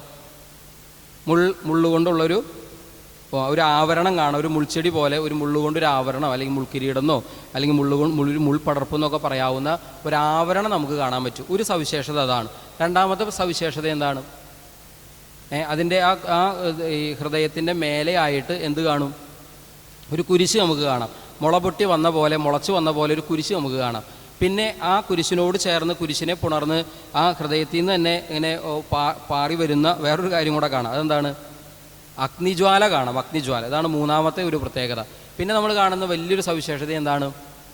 ആ വലിയൊരു മുറിവ് കാണാം. ഹൃദയത്തിൽ വലിയ ഒരു മുറിവ് കാണാം. പിന്നെ കാണുന്ന പ്രത്യേകത എന്താണ്? ആ മുറിവിൽ നിന്ന് ഒഴുകുന്ന തിരുനിണവും തിരുജലവും. അങ്ങനെ 5 സവിശേഷതകൾ നമുക്ക് തിരുഹൃദയത്തിൻ്റെ ചിത്രത്തിൽ കാണാം. വേറൊരു ചിത്രത്തിലും ഹൃദയത്തെ ചിത്രീകരിക്കുന്ന വേറെ ഒരാളുടെ ചിത്രത്തിൽ ഇങ്ങനത്തെ സവിശേഷതകളില്ല, ഇങ്ങനത്തെ പ്രത്യേകതകളില്ല. പക്ഷേ ഈശോയുടെ തിരുഹൃദയ ചിത്രം പരിശോധിക്കുമ്പോൾ ഈ 5 കാര്യങ്ങൾ നമ്മളതിൽ കാണുന്നുണ്ട്. ഒന്ന് പറഞ്ഞ ഏതൊക്കെയാണ്? ഒന്നാമതായി ഹൃദയത്തെ വലയം ചെയ്യുന്ന മുൾക്കിരീടം അല്ലെങ്കിൽ മുള്ളിൻ്റെ മുൾപടർപ്പ്, മുൾച്ചെടി നമുക്ക് കാണാനായിട്ട് സാധിക്കും. രണ്ടാമതായി ആ ഒരു കുരിശ് കാണാം. മൂന്നാമതായി അഗ്നിജ്വാലകൾ കാണാം. നാലാമതായി മുറിവ് കാണാം. അഞ്ചാമതായി തിരുനിണവും തിരുജലവും നമുക്ക് കാണാം. ഈ 5 കാര്യങ്ങളെ ഒരുപാട് സമയം ഇരുന്ന് ധ്യാനിക്കാവുന്ന, പ്രാർത്ഥിക്കാവുന്ന ധാരാളം കാര്യങ്ങൾ ഈ 5 സംഗതികൾ, ഈ 5 കാര്യങ്ങൾക്കകത്ത് ഉണ്ട് എന്ന് നമുക്ക് മനസ്സിലാക്കാം. അപ്പോൾ ഓരോന്നായിട്ട് നമുക്കൊന്ന് ചിന്തിക്കാം. ഒന്നാമത്തെ എന്താണെന്ന് പറഞ്ഞേ? മുള്ളുകൊണ്ടുള്ള ആവരണം. മുള്ള് എന്തിൻ്റെ പ്രതീകമാണ്? ഹൃദയം സ്നേഹത്തിൻ്റെ പ്രതീകമാണെന്ന് പറഞ്ഞു. പക്ഷെ മുള്ളുകൾ എന്തിൻ്റെ പ്രതീകമാണ്? വേദനയുടെ പ്രതീകമാണ്, സഹനത്തിൻ്റെ പ്രതീകമാണ്. ഇപ്പോൾ നമ്മൾ നടന്നു പോകുന്ന വഴിയിൽ മുൾച്ചെടി കണ്ടാൽ നമ്മൾ എന്ത് ചെയ്യും? പറിച്ചു കളയുന്നു. നമ്മൾ നടന്നു പോകുന്ന വഴിയിൽ, സ്വന്തം പറമ്പാണെങ്കിൽ പറിച്ചു കളയുമായിരിക്കും. നടന്നു പോകുന്ന വഴിയിൽ മുൾച്ചെടി കണ്ടാൽ നമ്മൾ എന്ത് ചെയ്യും? മാറി നടക്കും. കാരണം എന്താ? ചവിട്ടി കഴിഞ്ഞ കാല് മുറിയും. അപ്പോൾ മുൾച്ചെടി, മുള്ളുകൾ, മുൾപടർപ്പ് സഹനത്തിൻ്റെ പ്രതീകമാണ്.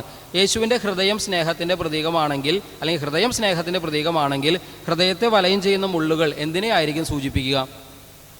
സഹനത്തെ, അത് രണ്ടും തമ്മിൽ റിലേറ്റ് ചെയ്ത് നമുക്ക് എങ്ങനെ മനസ്സിലാക്കാം? എന്ത് മനസ്സിലാക്കാം? സ്നേഹത്തെ പ്രതി ഈശോ ഏറ്റെടുത്ത സഹനങ്ങളുടെ പ്രതീകമാണത്. സ്നേഹത്തെ പ്രതി ഈശോ ഏറ്റെടുത്ത സഹനങ്ങളുടെ പ്രതീകമാണത്. സ്നേഹത്തെ പ്രതി ഈശോ ഏറ്റെടുത്ത സഹനങ്ങൾ, അതായത് ഏത് സ്നേഹത്തിന് പുറകിലും സഹനമുണ്ട്. ഏത് സ്നേഹത്തിന് പുറകിലും, സ്നേഹം ആത്മാർത്ഥമാണോ, സ്നേഹം സത്യസന്ധമാണോ, സ്നേഹത്തിൻ്റെ തീവ്രത എത്ര വലുതാണോ അത്രയും അതിൽ സഹനമുണ്ട്. പൊതുവേ നമ്മൾ ഈ ലോകത്തെ ഏറ്റവും വലിയ സ്നേഹമായി ഈ ഭൂമിയിൽ മനുഷ്യർക്കിടയിലുള്ള സ്നേഹത്തിൽ ഏറ്റവും വലിയ സ്നേഹമായി പൊതുവേ നമ്മൾ പറയാറുള്ളത് ഏത് സ്നേഹമാണ്? നിങ്ങളങ്ങനെ പറയാറൊന്നുമില്ലേ? പൊതുവേ നമ്മൾ ഈ ഭൂമിയിൽ പലതരം സ്നേഹങ്ങളുണ്ടല്ലോ. ഈ പലതരം സ്നേഹങ്ങളിൽ ഭൂമിയിൽ മനുഷ്യർക്കിടയിലുള്ള സ്നേഹങ്ങളിൽ ഏറ്റവും വലിയ സ്നേഹമായി പൊതുവേ നമ്മൾ പറയാറുള്ളത് ഏതാ? ആർക്കാരോടുള്ള സ്നേഹം? ദൈവസ്നേഹം, ഓക്കെ, അതല്ല. മനുഷ്യർക്കിടയിലുള്ള സ്നേഹത്തെക്കുറിച്ച് ചോദിക്കണേ. ആർക്കാരോടുള്ള സ്നേഹം പൊതുവേ നമ്മൾ ഏറ്റവും വലിയ സ്നേഹമായിട്ട് പറയാറുള്ളത്? അമ്മയ്ക്ക് കുഞ്ഞിനോടുള്ള സ്നേഹത്തെക്കുറിച്ചാണ് പൊതുവേ പറയാറുള്ളത്. ചേട്ടന്മാർക്ക് സമ്മതിക്കൊരു വിഷമമുള്ള പോലെ ഇരിപ്പ് കണ്ടിട്ട് അല്ല, നമ്മളെല്ലാവരും സമ്മതിക്കുന്ന ഒരു കാര്യമാണ്. അമ്മമാർക്ക് അല്ലെങ്കിൽ അമ്മയ്ക്ക് കുഞ്ഞിനോടുള്ള സ്നേഹം അത് ഏറ്റവും വലിയ സ്നേഹമായി. ഇനി ഒന്ന് ആലോചിച്ച് നോക്കി, അമ്മയ്ക്ക് കുഞ്ഞിനോടുള്ള സ്നേഹത്തിന് തീർച്ചയായിട്ടും പറയാൻ അതിൻ്റെ പുറകിൽ എന്തുണ്ട്? സഹനത്തിൻ്റെ, ത്യാഗത്തിൻ്റെ വലിയൊരു ചരിത്രമുണ്ട്. 9 മാസം കുഞ്ഞിനെ ഉദരത്തിൽ ചുമക്കുന്ന ഒരു സഹനത്തിൻ്റെ ചരിത്രമുണ്ട്. കുഞ്ഞിനെ വേദനയോടെ പ്രസവിക്കുന്ന ഒരു സഹനത്തിൻ്റെ ചരിത്രമുണ്ട്. ഒരു സ്ത്രീ കടന്നു പോകുന്ന വേദനകളിൽ ഏറ്റവും വലിയ വേദനയാണത്, പ്രസവ വേദന. അത് കഴിഞ്ഞ് കുഞ്ഞിനെ വളർത്തി വലുതാക്കാൻ അമ്മ കടന്നു പോകുന്ന ത്യാഗം, സഹനം, അത് തീർച്ചയായിട്ടും വലിയൊരു സഹനമാണ്, വലിയൊരു വേദനയാണ്. ഏത് സ്നേഹത്തിന് പുറകിലും ഇതുപോലെ സഹനമുണ്ട്, ത്യാഗമുണ്ട്. സ്നേഹം എത്ര തീവ്രമാണോ, വലുതാണോ, ആനുപാതികമായി സഹനവും നമ്മൾ പ്രതീക്ഷിക്കണം. അപ്പോൾ സ്നേഹം, സഹനം, ഇത് എന്താ പറയുക, നമുക്ക് വേർപ്പെടുത്താനാകാത്ത ഒരു നാണയത്തിൻ്റെ ഇരുവശങ്ങൾ പോലെ അതുപോലെ ബന്ധമുള്ള ഇഴചേർന്ന് കിടക്കുന്ന യാഥാർത്ഥ്യമായി സ്നേഹത്തെയും സഹനത്തെയും നമുക്ക് മനസ്സിലാക്കാം. അങ്ങനെയാണെങ്കിൽ യേശുവിൻ്റെ ഹൃദയം, ആ ഹൃദയത്തിന് ചുറ്റിലുമായുള്ള ഈ മുള്ളുകൾ, അത് സഹനത്തെയാണ് പ്രതിനിധീകരിക്കുന്നതെങ്കിൽ യേശുവിൻ്റെ ഹൃദയത്തിലേക്ക് നോക്കുമ്പോൾ, തിരുഹൃദയ ചിത്രത്തിലേക്ക് നോക്കുമ്പോൾ, ഈ മുള്ളുകളെ, മുൾപടർപ്പിനെ, മുള്ളുകൊണ്ടുള്ള ആവരണത്തെ കാണുമ്പോൾ നമ്മൾ ധ്യാനിക്കേണ്ടത് എന്താണ്? നമ്മളെന്ത് ധ്യാനിക്കണം? യേശുവിൻ്റെ സഹനങ്ങളെ ധ്യാനിക്കണം.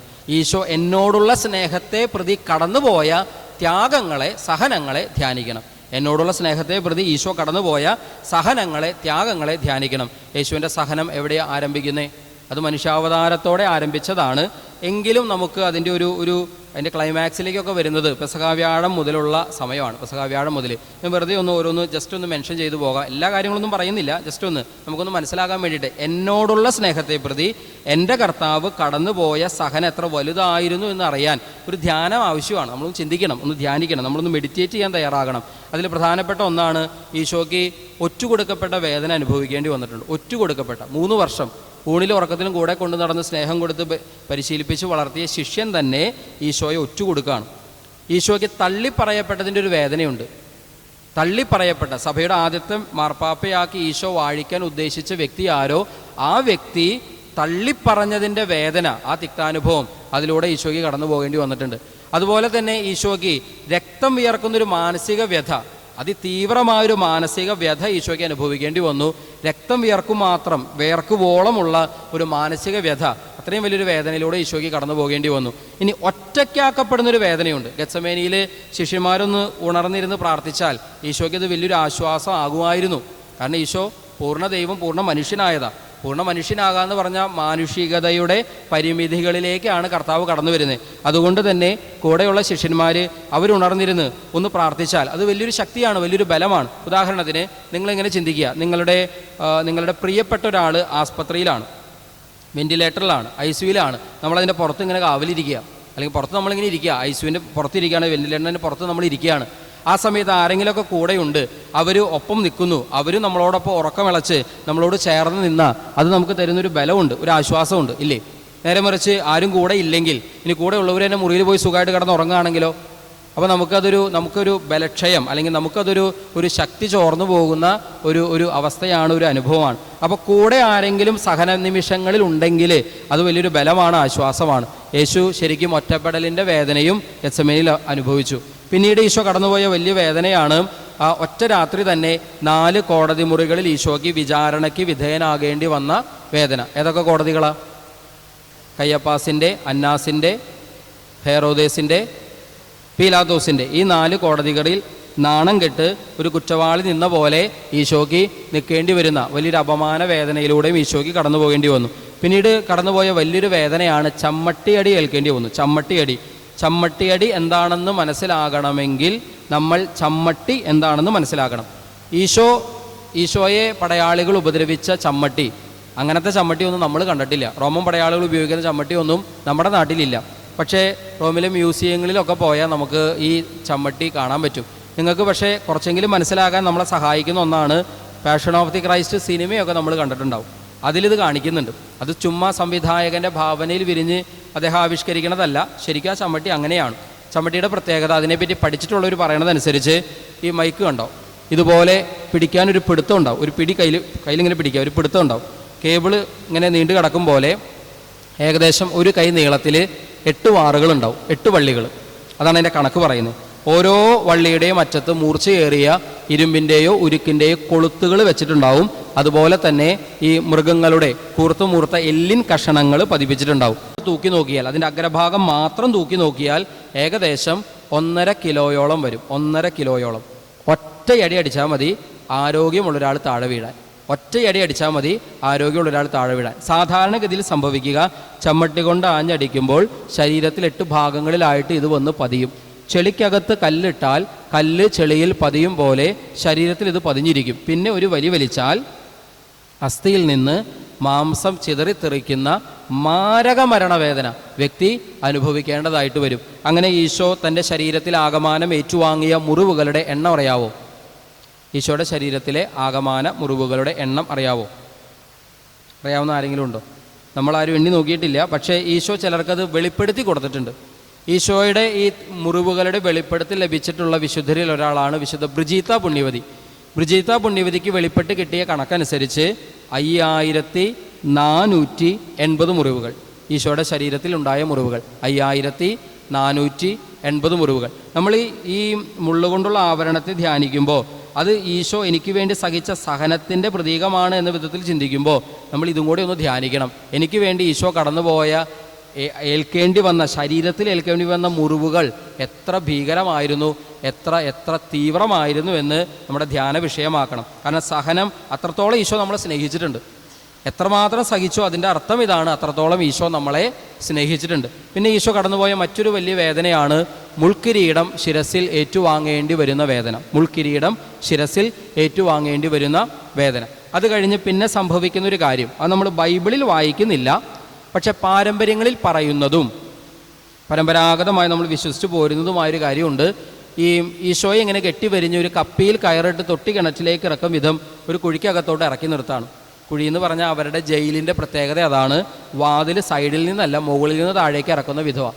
ഒരു രാത്രി മുഴുവൻ ഈശോ അങ്ങനെ അടിയേറ്റ മുറിവേറ്റ ശരീരവുമായി കണ്ണീരിലും വിയർപ്പിലും രക്തത്തിലും മുങ്ങി അങ്ങനെ നിൽക്കുകയാണ്. പിറ്റേ ദിവസമാണ് വലിച്ചു കയറ്റുന്നത്. അത് കഴിഞ്ഞാൽ പിന്നെ ചെയ്യുന്നത് വലിയൊരു കുരിശെടുത്ത് തോളിൽ വെച്ച് കൊടുക്കുന്നു. ഈശോ ചുമന്ന കുരിശിൻ്റെ ഭാരം എത്രയാണെന്നറിയാവോ? എന്തായാലും ഈശോ ചുമന്നതാണല്ലോ, അതുകൊണ്ട് നമ്മളൊന്ന് അറിഞ്ഞിരിക്കണം, നല്ലതല്ലേ? ഈശോ ചുമന്ന കുരിശിൻ്റെ ഭാരം എത്രയാണെന്ന് അറിയാമോ? അറിയാമെങ്കിൽ പറ. അന്ന് കാലത്ത് സാധാരണ ഒരാളെ കുരിശിൽ തറച്ചു കൊല്ലുകയാണെങ്കിൽ അന്ന് ഉപയോഗിച്ചിരുന്ന കുരിശിൻ്റെ ഭാരം 100 കിലോഗ്രാമിനും 110 കിലോഗ്രാമിനും ഇടയ്ക്കാണ്. മിനിമം തൂക്കം 100 കിലോ, മാക്സിമം തൂക്കം 110 കിലോ. പക്ഷേ ഈശോ ഈ 110 കിലോയും ചുമന്നാണോ കാൽവരിയിലേക്ക് പോയത് എന്നതിനെക്കുറിച്ച് 2 വ്യത്യസ്ത പാരമ്പര്യങ്ങൾ നിലനിൽക്കുന്നുണ്ട്. വ്യത്യസ്ത പാരമ്പര്യങ്ങൾ. അതിൻ്റെ കാരണം, അന്ന് കാലത്ത് ഒരാളെ കുരിശിൽ തറച്ചു കൊല്ലുമ്പോൾ സാധാരണഗതിയിൽ വ്യക്തി ഈ മുഴുവൻ കുരിശും ചുമന്നല്ല പോകാറുള്ളത്. കുരിശിൻ്റെ നെടുകയുള്ള ഭാഗം അത് നേരത്തെ തന്നെ ഈ കൊല്ലാൻ ഉദ്ദേശിക്കുന്ന സ്ഥലത്ത് കൊണ്ടുപോയി വെച്ചിട്ടുണ്ടാവും. കുറുകെയുള്ള ഭാഗം അതിങ്ങനെ പിൻകഴുത്തിൽ വെക്കും, 2 കരങ്ങളോട് ചേർത്ത് വെച്ച് കെട്ടും. അപ്പോൾ ഇങ്ങനെ കുരിശാകൃതിയിൽ കെട്ടപ്പെട്ട അവസ്ഥയിലാണ് നടന്നു നീങ്ങുക. സാധാരണഗതിയിലാണ് അങ്ങനെ ചെയ്തിരുന്നത്. സാധാരണഗതിയിൽ അങ്ങനെയാണ് പോകുന്നതെങ്കിൽ ഈ തടിക്കഷ്ണത്തിൻ്റെ ഭാരം ഏകദേശം 40-45 കിലോഗ്രാമാണ്. 40-45 കിലോഗ്രാം. ഇത്രയും ഭാരമുള്ളൊരു തടിക്കഷ്ണമായിട്ട് പോകുമ്പോൾ ഒരുപാട് തവണ വീഴാൻ സാധ്യതയുണ്ട്. കാരണം ഒന്ന്, ഈ തടിയുടെ ഭാരം.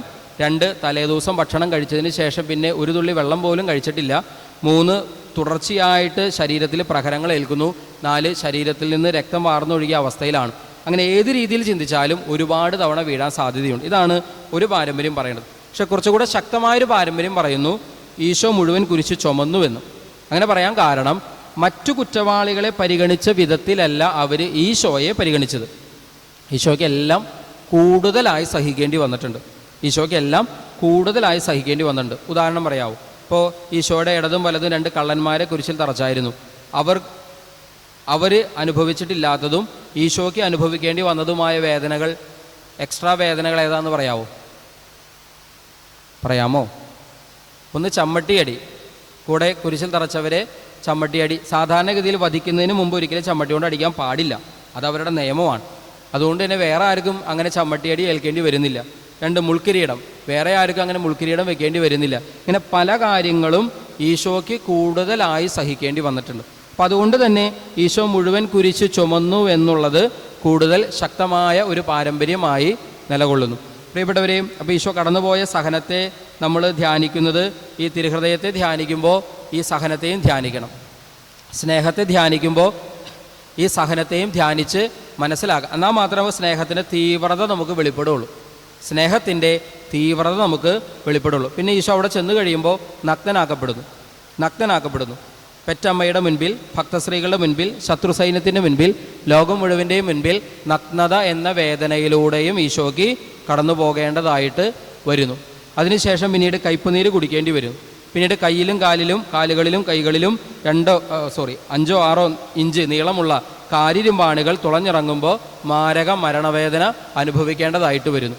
എല്ലാറ്റിനും അവസാനം ഗാഗുൽത്ത മലയുടെ വിരിമാറിൽ ഒരു മരക്കുരിശിൽ 3 ആണികളിൽ തൂങ്ങി 2 കള്ളന്മാർക്ക് മധ്യേ നഗ്നനാക്കപ്പെട്ട് അപമാനിതനായി, അവഹേളിതനായി, തിരസ്കരണത്തിൻ്റെ തിക്തവേദനകൾ ഏറ്റുവാങ്ങി, ആകാശത്തിനും ഭൂമിക്കും മധ്യ ഉപേക്ഷിക്കപ്പെട്ട നിലയിൽ നെഞ്ചിൽ തീയോടെ കണ്ണിൽ കണ്ണുനീരോടെ എന്തേ പിതാവേ നീ എന്നെ ഉപേക്ഷിച്ചുവെന്ന ദീനവിലാപത്തോടെ ഈ പ്രപഞ്ചം ജന്മം കൊടുത്തതിൽ വെച്ച് ഏറ്റവും വലിയ പരാജിതൻ്റെ മരണം ഏറ്റുവാങ്ങി ഈശോ കുരിശിൽ ബലിയായി മാറുന്നു. അപ്പോൾ തിരുഹൃദയത്തിലേക്ക് നോക്കുമ്പോൾ ആ തിരുഹൃദയത്തെ ആവരണം ചെയ്യുന്ന മുള്ളുകളെ കാണുമ്പോൾ ഈശോ എനിക്ക് വേണ്ടി എന്നോടുള്ള സ്നേഹത്തെ പ്രതി ഏറ്റെടുത്ത സഹനത്തെയും ത്യാഗത്തെയും നമ്മുടെ ഓർമ്മയുടെ വിഷയമാകണം, ധ്യാനത്തിൻ്റെ വിഷയമാകണം. ഉറക്കെ പറഞ്ഞേ ഹല്ലേലൂയാ. ഉച്ചത്തിൽ പറഞ്ഞേ ഹല്ലേലൂയാ. വലതുകരം ഉയർത്തി പറഞ്ഞേ ഹല്ലേലൂയാ. 2 കരങ്ങൾ ഉയർത്തി പറഞ്ഞേ ഹല്ലേലൂയാ. കരങ്ങൾ വീശിക്കൊണ്ട് പറഞ്ഞേ ഹല്ലേലൂയാ. ഇനി മുള്ളുകൊണ്ടുള്ള ആവരണത്തിന് വേറെ ഒരു അർത്ഥം കൂടെ ഒന്ന് മനസ്സിലാക്കാൻ ശ്രമിക്കാം. ഇതിനോട് ചേർന്ന് പോകുന്നത് തന്നെ ഇങ്ങനെ വേറൊരു അർത്ഥം. നമ്മൾ തിരുഹൃദയത്തിൻ്റെ തിരുനാൾ ആഘോഷിക്കണത് എന്നാണ്? തിരുഹൃദയത്തിൻ്റെ തിരുനാൾ, ഈ മാസം ഒരു ദിവസം തിരുനാളുണ്ടല്ലോ, അതെന്നാണ്? അടുത്ത വെള്ളിയാഴ്ചയാണ് ആഘോഷിക്കുക, അതായത് 12-ാം തീയതി. അപ്പോൾ ആ തിരുഹൃദയത്തിൻ്റെ തിരുനാൾ ദിവസം നമ്മൾ കുർബാന മധ്യേയുള്ള വായനകൾ, അത് 4 വായനകളിൽ ആദ്യത്തെ വായന ഉൽപ്പത്തി പുസ്തകത്തിൽ നിന്നുള്ള വായനയാണ്. ആ വായന നമ്മളവിടെ കാണുക അബ്രാഹം ഇസഹാക്കിനെ ബലി ചെയ്യുന്ന സംഭവമാണ്. ഞാൻ അങ്ങനെ വെറുതെ ആലോചിച്ചു, ഈ സംഭവം തിരുഹൃദയ തിരുനാളിൻ്റെ അന്ന് വായിക്കാൻ എന്തെങ്കിലും കാരണമുണ്ടോ? ഈ വചനഭാഗം തിരുഹൃദയ തിരുനാൾ ദിവസത്തിൽ വായിക്കാൻ എന്തെങ്കിലും കാരണം, ഒരു തിരുനാൾ ദിവസം വായിക്കുന്ന വായന അതിനോട് ബന്ധമുള്ളതായിരിക്കും. എന്താണ് ബന്ധം? ഈ വായന, ഈ അബ്രാഹം ഇസഹാക്കിനെ ബലി ചെയ്യുന്ന ആ സംഭവം തിരുഹൃദയ തിരുനാൾ ദിനത്തിൽ നമ്മൾ 1-ാം വായനയായി ഉണ്ടെങ്കിൽ, സഭ നമുക്ക് തരുന്നുണ്ടെങ്കിൽ എന്തായിരിക്കും ഇതിന് കാരണം? എന്താണ്? പിതാവായ ദൈവം പുത്രനെ ബലിയായി നമുക്ക് പകരം നൽകി. Very good. ഇത് തന്നെയാണ് ഉത്തരം. നമുക്കതിനെ ഒന്നും കൂടി ഒന്ന് ധ്യാനിച്ചു നോക്കാം. ഈ അബ്രാഹും ഇസഹാക്കും പോകുമ്പോൾ ഇസഹാക്ക് അബ്രാഹത്തോട് ചോദിക്കുന്നുണ്ട്, ആ കുഞ്ഞാട് എവിടെ? ബലി അർപ്പിക്കാനുള്ള കുഞ്ഞാട്. അബ്രാഹാം എന്താ മറുപടി പറഞ്ഞത്? ദൈവം തരുമെന്ന് പറഞ്ഞു, തന്നോ ഇല്ലയോ? ദൈവം തരുമെന്ന് പറഞ്ഞു, തന്നോ ഇല്ലയോ? അബ്രാഹാം അവിടെ നിന്ന് ഇറങ്ങിപ്പോകുന്നത് ബലി അർപ്പിച്ചിട്ടാണോ അർപ്പിക്കാതെയാണോ? അബ്രാഹാം അവിടെ നിന്ന് മൊറിയ മലയിൽ നിന്ന് പോകുന്നത് ബലി അർപ്പിച്ചിട്ടാണോ അർപ്പിക്കാതെയാണോ? ഉറക്കെ പറ. അർപ്പാന്ന് കേട്ടു, അടുത്ത 2 അക്ഷരം കേട്ടില്ല. അർപ്പിച്ചു. എന്തിനെയാണ് അർപ്പിച്ചത്?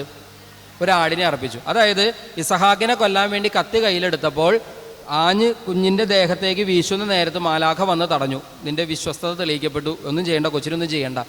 ഇത് പറഞ്ഞ സമയത്ത് അബ്രാഹത്തിൻ്റെയും ഇസഹാക്കിൻ്റെ ഉള്ളിൽ ആശ്വാസം എത്ര വലുതായിരുന്നിരിക്കണം അല്ലേ?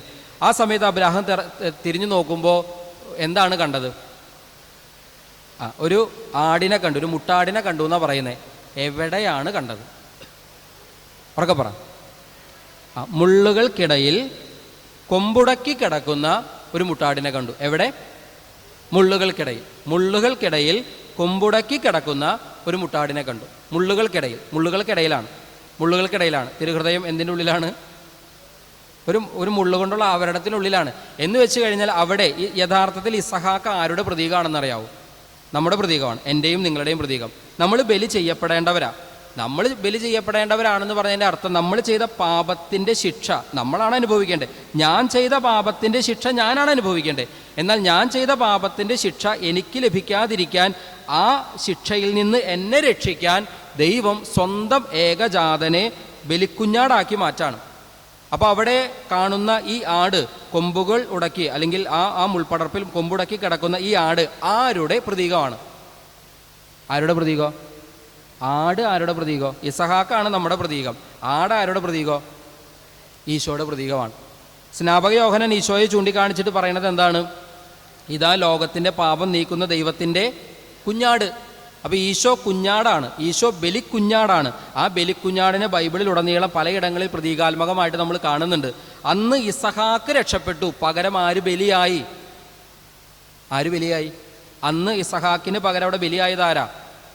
ഒരു മുട്ടാട് അവിടെ ബലിയായി. ആ മുട്ടാട് അല്ലെങ്കിൽ ആ കുഞ്ഞാട് അത് ആരുടെ പ്രതീകമാണ്? ഈശോയുടെ പ്രതീകം. എന്ന് വെച്ച് കഴിഞ്ഞാൽ ഇസഹാക്കുമാരായ നമ്മൾ ഓരോരുത്തരും രക്ഷ പ്രാപിക്കാൻ നമുക്ക് പകരം ബലിയായി മാറിയ കുഞ്ഞാടിനെ നമുക്ക് ഈ തിരുഹൃദയം ധ്യാനിക്കുമ്പോൾ, തിരുഹൃദയത്തെ വലയം ചെയ്ത മുള്ളുകളെ ധ്യാനിക്കുമ്പോൾ തിരിച്ചറിയേണ്ടതുണ്ട്. ഈ മുൾപ്പടർപ്പ്, ഈ മുള്ളുടക്കി കിടന്ന ആ കുഞ്ഞാടിൻ്റെ പ്രതീകമായി തിരുഹൃദയം എങ്ങനെ നിലകൊള്ളാണ്, അല്ലെങ്കിൽ ഈശോയുടെ തിരുഹൃദയം എങ്ങനെ നിലകൊള്ളാണ്. ഇപ്പോൾ രണ്ട് രീതിയിൽ ഈ മുള്ളുകളെ, തിരുഹൃദയത്തെ വലയം ചെയ്യുന്ന മുള്ളുകളെ ധ്യാനിക്കുമ്പോൾ രണ്ട് രീതിയിൽ നമുക്ക് മനസ്സിലാക്കാനായിട്ട് സാധിക്കും. അപ്പോൾ നമ്മൾ തിരുഹൃദയത്തിൻ്റെ ചിത്രത്തെക്കുറിച്ചാണ് പറഞ്ഞുകൊണ്ടിരുന്നത്. അതിലൊന്നാമത്തെ കാര്യം കഴിഞ്ഞു. എന്ത്? വലയം ചെയ്യപ്പെട്ട മുള്ളുകൊണ്ടുള്ള ആവരണം, അതെന്തിൻ്റെ പ്രതീകമാണ് എന്നൊക്കെയാണ് നമ്മൾ മനസ്സിലാക്കാൻ ശ്രമിച്ചത്. രണ്ടാമത്തെ കാര്യം എന്താ? ചിത്രത്തിൽ നമ്മൾ കാണുന്ന രണ്ടാമത്തെ കാര്യം കുരിശാണ്. കുരിശ് എന്തിൻ്റെ പ്രതീകമാണ്? അത് സഹനത്തിൻ്റെ പ്രതീകം, അതും സഹനത്തിൻ്റെ പ്രതീകമാണ്. എന്നിരുന്നാലും കുരിശിനെ നമുക്ക് ഇങ്ങനെ മനസ്സിലാക്കാം, കുരിശ് രക്ഷയുടെ പ്രതീകമാണ്. അത്രയും നാൾ കുരിശ് എന്തായിരുന്നു? അപമാനം, അവഹേളനത്തിൻ്റെ ഒക്കെ പ്രതീകമായിരുന്നെങ്കിൽ ഇതാ ഈശോയുടെ മരണത്തിലൂടെ കുരിശ് രക്ഷയുടെ പ്രതീകമായി. കുരിശ് രക്ഷയുടെ പ്രതീകമാണ്. നമുക്ക് മുൻപിൽ എന്നേക്കുമായി അടയപ്പെട്ടൊരു വാതിലുണ്ട്. പാപം ചെയ്തു കഴിഞ്ഞപ്പോൾ സ്വർഗത്തിൻ്റെ കവാടം, പറുദീസയുടെ കവാടം മനുഷ്യവംശത്തിന് മുന്നിൽ അടയപ്പെട്ടു. ഇനി അത് തുറക്കാൻ മനുഷ്യനെ കൊണ്ട് സാധിക്കില്ല. അതുകൊണ്ടാണ് ദൈവപുത്രൻ മനുഷ്യനായത്. എന്നിട്ട് കുരിശിൽ മരിച്ചപ്പോൾ സംഭവിച്ചത് ഇതാണ്: ഈശോ മരിച്ച കുരിശ് അഥവാ ഈശോയുടെ കുരിശ് മരണം ഒരു പാലമായി മാറി, ഒരു പാതയായി മാറി, ഒരു വഴിയായി മാറി, ഒരു ഗോവണിയായി രൂപാന്തരപ്പെട്ടു. എന്ന് വെച്ചാൽ സ്വർഗവും ഭൂമിയും തമ്മിൽ ബന്ധിപ്പിക്കുന്ന പാലമാണ് കുരിശ്. ഈ പാലം ഇല്ലെങ്കിൽ, ഇങ്ങനൊരു പാലം ഈശോ നിർമ്മിച്ചില്ലെങ്കിൽ നമുക്ക് അങ്ങോട്ട് കയറാൻ പറ്റില്ല. എവിടേക്ക് കയറാൻ പറ്റില്ല? സ്വർഗത്തിൽ കയറാൻ പറ്റില്ല. അപ്പോൾ ഈ കുരിശിനെ നമ്മൾ ധ്യാനിക്കുമ്പോൾ, കുരിശ് ഈ തിരുഹൃദയത്തിൻ്റെ മേലെ മുളച്ചു വന്നിരിക്കുന്ന കുരിശിനെ നമ്മൾ ധ്യാനിക്കുമ്പോൾ നമ്മൾ തിരിച്ചറിയേണ്ടത് ഒരു ഇങ്ങനെ മുളച്ചു വന്നൊരു കുരിശ് പോലെ, അല്ലെങ്കിൽ അതിൽ മേലെ നിൽക്കുന്നൊരു കുരിശായി അതിനെ മനസ്സിലാക്കേണ്ടത് നമ്മുടെ രക്ഷയ്ക്ക് വേണ്ടി ഈശോ നടത്തിയ ബലി അർപ്പണം, കുരിശിലെ മരണം, ഇതിലൂടെ ഇതാ ഞാനും സ്വർഗവുമായി, അല്ലെങ്കിൽ ഞാനും ദൈവവുമായി, ഭൂമിയും സ്വർഗവുമായി ഒരു പാത നിർമ്മിക്കപ്പെട്ടിരിക്കുന്നു, ഒരു പാലം നിർമ്മിക്കപ്പെട്ടിരിക്കുന്നു, ഒരു ഗോവണി നിർമ്മിക്കപ്പെട്ടിരിക്കുന്നു. ഉറക്കെ പറഞ്ഞേ ഹല്ലേലൂയ. സ്വരമുയർത്തി പറഞ്ഞേ ഹല്ലേലൂയ. ഉച്ചത്തിൽ പറഞ്ഞേ ഹല്ലേലൂയ. ഇപ്പോൾ രണ്ട് കാര്യങ്ങൾ നമ്മൾ കണ്ടു തിരുഹൃദയ ചിത്രത്തിലെ രണ്ട് കാര്യങ്ങൾ. ഒന്ന് മുള്ളുകൊണ്ടുള്ള ആവരണം, രണ്ട് മുളച്ചു വന്ന കുരിശ്. ഇനി മൂന്നാമത്തെ പ്രത്യേകത എന്താണ്? ചിത്രത്തിലെ മൂന്നാമത്തെ കാര്യം അഗ്നിജ്വാലകൾ. അഗ്നിജ്വാല എന്തിൻ്റെ പ്രതീകമാണ്? ജ്വാല, തീ, അഗ്നി എന്നൊക്കെ പറയുമ്പോൾ അത് എന്തിൻ്റെ പ്രതീകമാണ്? പരിശുദ്ധാത്മാവിന്. ബൈബിളിലേക്ക് നമ്മൾ നോക്കുമ്പോൾ ദൈവസാന്നിധ്യത്തിൻ്റെ പ്രതീകമായി അഗ്നിയെ നമുക്ക് കാണാൻ പറ്റുന്നുണ്ട് ബൈബിളിലേക്ക് നോക്കുമ്പോൾ. ഉദാഹരണത്തിന് ഈ മോശ ദൈവസാന്നിധ്യം ആദ്യം കണ്ടത് എവിടെ വെച്ചാൽ ഒരു മുൾപ്പടർപ്പിൽ ഇങ്ങനെ അഗ്നി ഇങ്ങനെ ജ്വലിച്ചുകൊണ്ടിരിക്കുന്നു. മുള്ളുകളാണെങ്കിൽ ദഹിക്കുന്നില്ല, പക്ഷെ അഗ്നി ഇങ്ങനെ ജ്വലിച്ചുകൊണ്ടിരിക്കുന്നു. അത് ദൈവസാന്നിധ്യത്തിൻ്റെ പ്രതീകമായിരുന്നു. ഇനി ഇസ്രായേൽ ജനം മരുഭൂമിയിലൂടെ വഴി നടത്തുമ്പോൾ പകൽ മേഘസ്തംഭമായി ദൈവം അവരുടെ കൂടെ നടന്നു, രാത്രിയോ അഗ്നിത്തൂണായി അഗ്നിസ്തംഭമായി ഇതാ ഈ ദൈവം, അപ്പോൾ ദൈവത്തിൻ്റെ സാന്നിധ്യം അവിടെ അഗ്നിയായിട്ട് മാറാണ്. ഇനി പെന്തക്കോസ്ത തിരുനാളിലേക്ക് വരുമ്പോൾ നമ്മൾ കാണുന്നു പരിശുദ്ധാത്മാവ് പെയ്തിറങ്ങിയത് ഏത് രൂപത്തിലാണ്? തീനാവിൻ്റെ രൂപത്തിൽ, തീനാവുകളുടെ രൂപത്തിൽ. അപ്പോൾ ഇതൊക്കെ ദൈവസാന്നിധ്യത്തിൻ്റെ പ്രതീകമായ അഗ്നിയെ നമുക്ക് മനസ്സിലാക്കാം. ഇനി ഇവിടേക്ക് നോക്കുമ്പോൾ, തിരുഹൃദയത്തിലേക്ക് നോക്കുമ്പോൾ നമ്മൾ തിരിച്ചറിയുക, ഈ ഹൃദയത്തിൽ നിന്ന് ഇങ്ങനെ ജ്വാല ഉയരുന്നുണ്ടെങ്കിൽ അത് കാണിക്കുന്നത് എരിച്ചിലാണ്. എരിച്ചിൽ, എന്തെരിച്ചിൽ? നെഞ്ചെരിച്ചിലല്ല, എന്തെരിച്ചിൽ?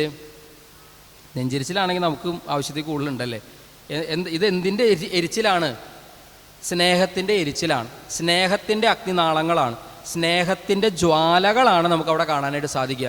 സ്നേഹം ഇങ്ങനെ എരിഞ്ഞെരിഞ്ഞെരിഞ്ഞ്, സ്നേഹം ഇങ്ങനെ ജ്വാലയായി, നാവായി, അഗ്നിനാവായി ഇങ്ങനെ ജ്വലിച്ചുകൊണ്ടിരിക്കുക നമ്മൾ കാണുന്നു. നമ്മൾ ഈ 31 ദിവസങ്ങൾ, ജൂൺ മാസത്തിലെ ഈ 31 ദിവസങ്ങളിൽ നമ്മൾ സാധാരണ കുർബാനയൊക്കെ കഴിഞ്ഞ് മിക്കവാറും നമുക്ക് ഈ തിരുഹൃദയത്തിൻ്റെ ജപം നമ്മൾ ചൊല്ലാറുണ്ട്. ഈ ജപം ചൊല്ലുമ്പോൾ അതിൻ്റെ സമാപനത്തിൽ ഒരു സുഹൃത ജപവും അതുപോലെ തന്നെ ഒരു സൽക്രിയയും നമ്മളോട് നമുക്ക് പറഞ്ഞു തരാറുണ്ട്. ഈ സുഹൃത ജപങ്ങൾ നിങ്ങൾ ശ്രദ്ധയോടെ കേൾക്കുകയാണെങ്കിൽ എൻ്റെ അവസാന ദിവസങ്ങളിലേക്ക് വരുമ്പോൾ, എൻ്റെ ഓർമ്മ ശരിയാണെങ്കിൽ 27-ാമത്തെ അല്ലെങ്കിൽ 26-ാമത്തെ ദിവസം തോന്നുന്നു, അവസാനത്തെ ദിവസങ്ങളിലേക്ക് വരുമ്പോൾ മനോഹരമായൊരു സുഹൃത ജപമുണ്ട്. എനിക്കതിൽ ആ പുസ്തകത്തിൽ ഏറ്റവും ഇഷ്ടപ്പെട്ട സുഹൃത ജപം അതാണ്. ആ സുഹൃത ജപം എങ്ങനെയാണ്? എന്നോടുള്ള സ്നേഹത്താൽ കത്തിയെരിയുന്ന ഈശോയുടെ തിരുഹൃദയമേ, എന്നോടുള്ള സ്നേഹത്താൽ എൻ്റെ ഹൃദയത്തെ ജ്വലിപ്പിക്കണമേ. നമുക്കൊന്ന് ഏറ്റു പറയാം. എന്നോടുള്ള സ്നേഹത്താൽ കത്തിയെരിയുന്ന ഈശോയുടെ തിരുഹൃദയമേ, നിന്നോടുള്ള സ്നേഹത്താൽ എൻ്റെ ഹൃദയത്തെ ജ്വലിപ്പിക്കണമേ. അപ്പോൾ ഇത് സ്നേഹത്തിൻ്റെ ജ്വലനമായി, സ്നേഹത്തിൻ്റെ എരിച്ചിലായി നമുക്കിതിനെ മനസ്സിലാക്കാനായിട്ട് സാധിക്കും. പ്രിയപ്പെട്ടവരെയും, വിശുദ്ധ മർഗരീത്ത മറിയത്തിന് ഈശോ പ്രത്യക്ഷപ്പെട്ട സമയത്ത് മർഗരീത്ത മറിയത്തോട് പറയുന്ന ഒരു കാര്യം, ഒരു വാക്യം ഇപ്രകാരമായിരുന്നു: എൻ്റെ ദിവ്യഹൃദയത്തിൻ്റെ തീജ്വാലകളെ ഇനി തടയുക സാധ്യമല്ല. എൻ്റെ ദിവ്യഹൃദയത്തിൻ്റെ തീജ്വാലകളെ, സ്നേഹത്തിൻ്റെ ഈ തീജ്വാല, മനുഷ്യവംശത്തിലേക്കുള്ള ഈ തീജ്വാല ഇനി തടയുക സാധ്യമല്ല. അപ്പോൾ നമുക്ക് അഗ്നിയെ സ്നേഹത്തിൻ്റെ എരിച്ചിലായിട്ട് മനസ്സിലാക്കാം.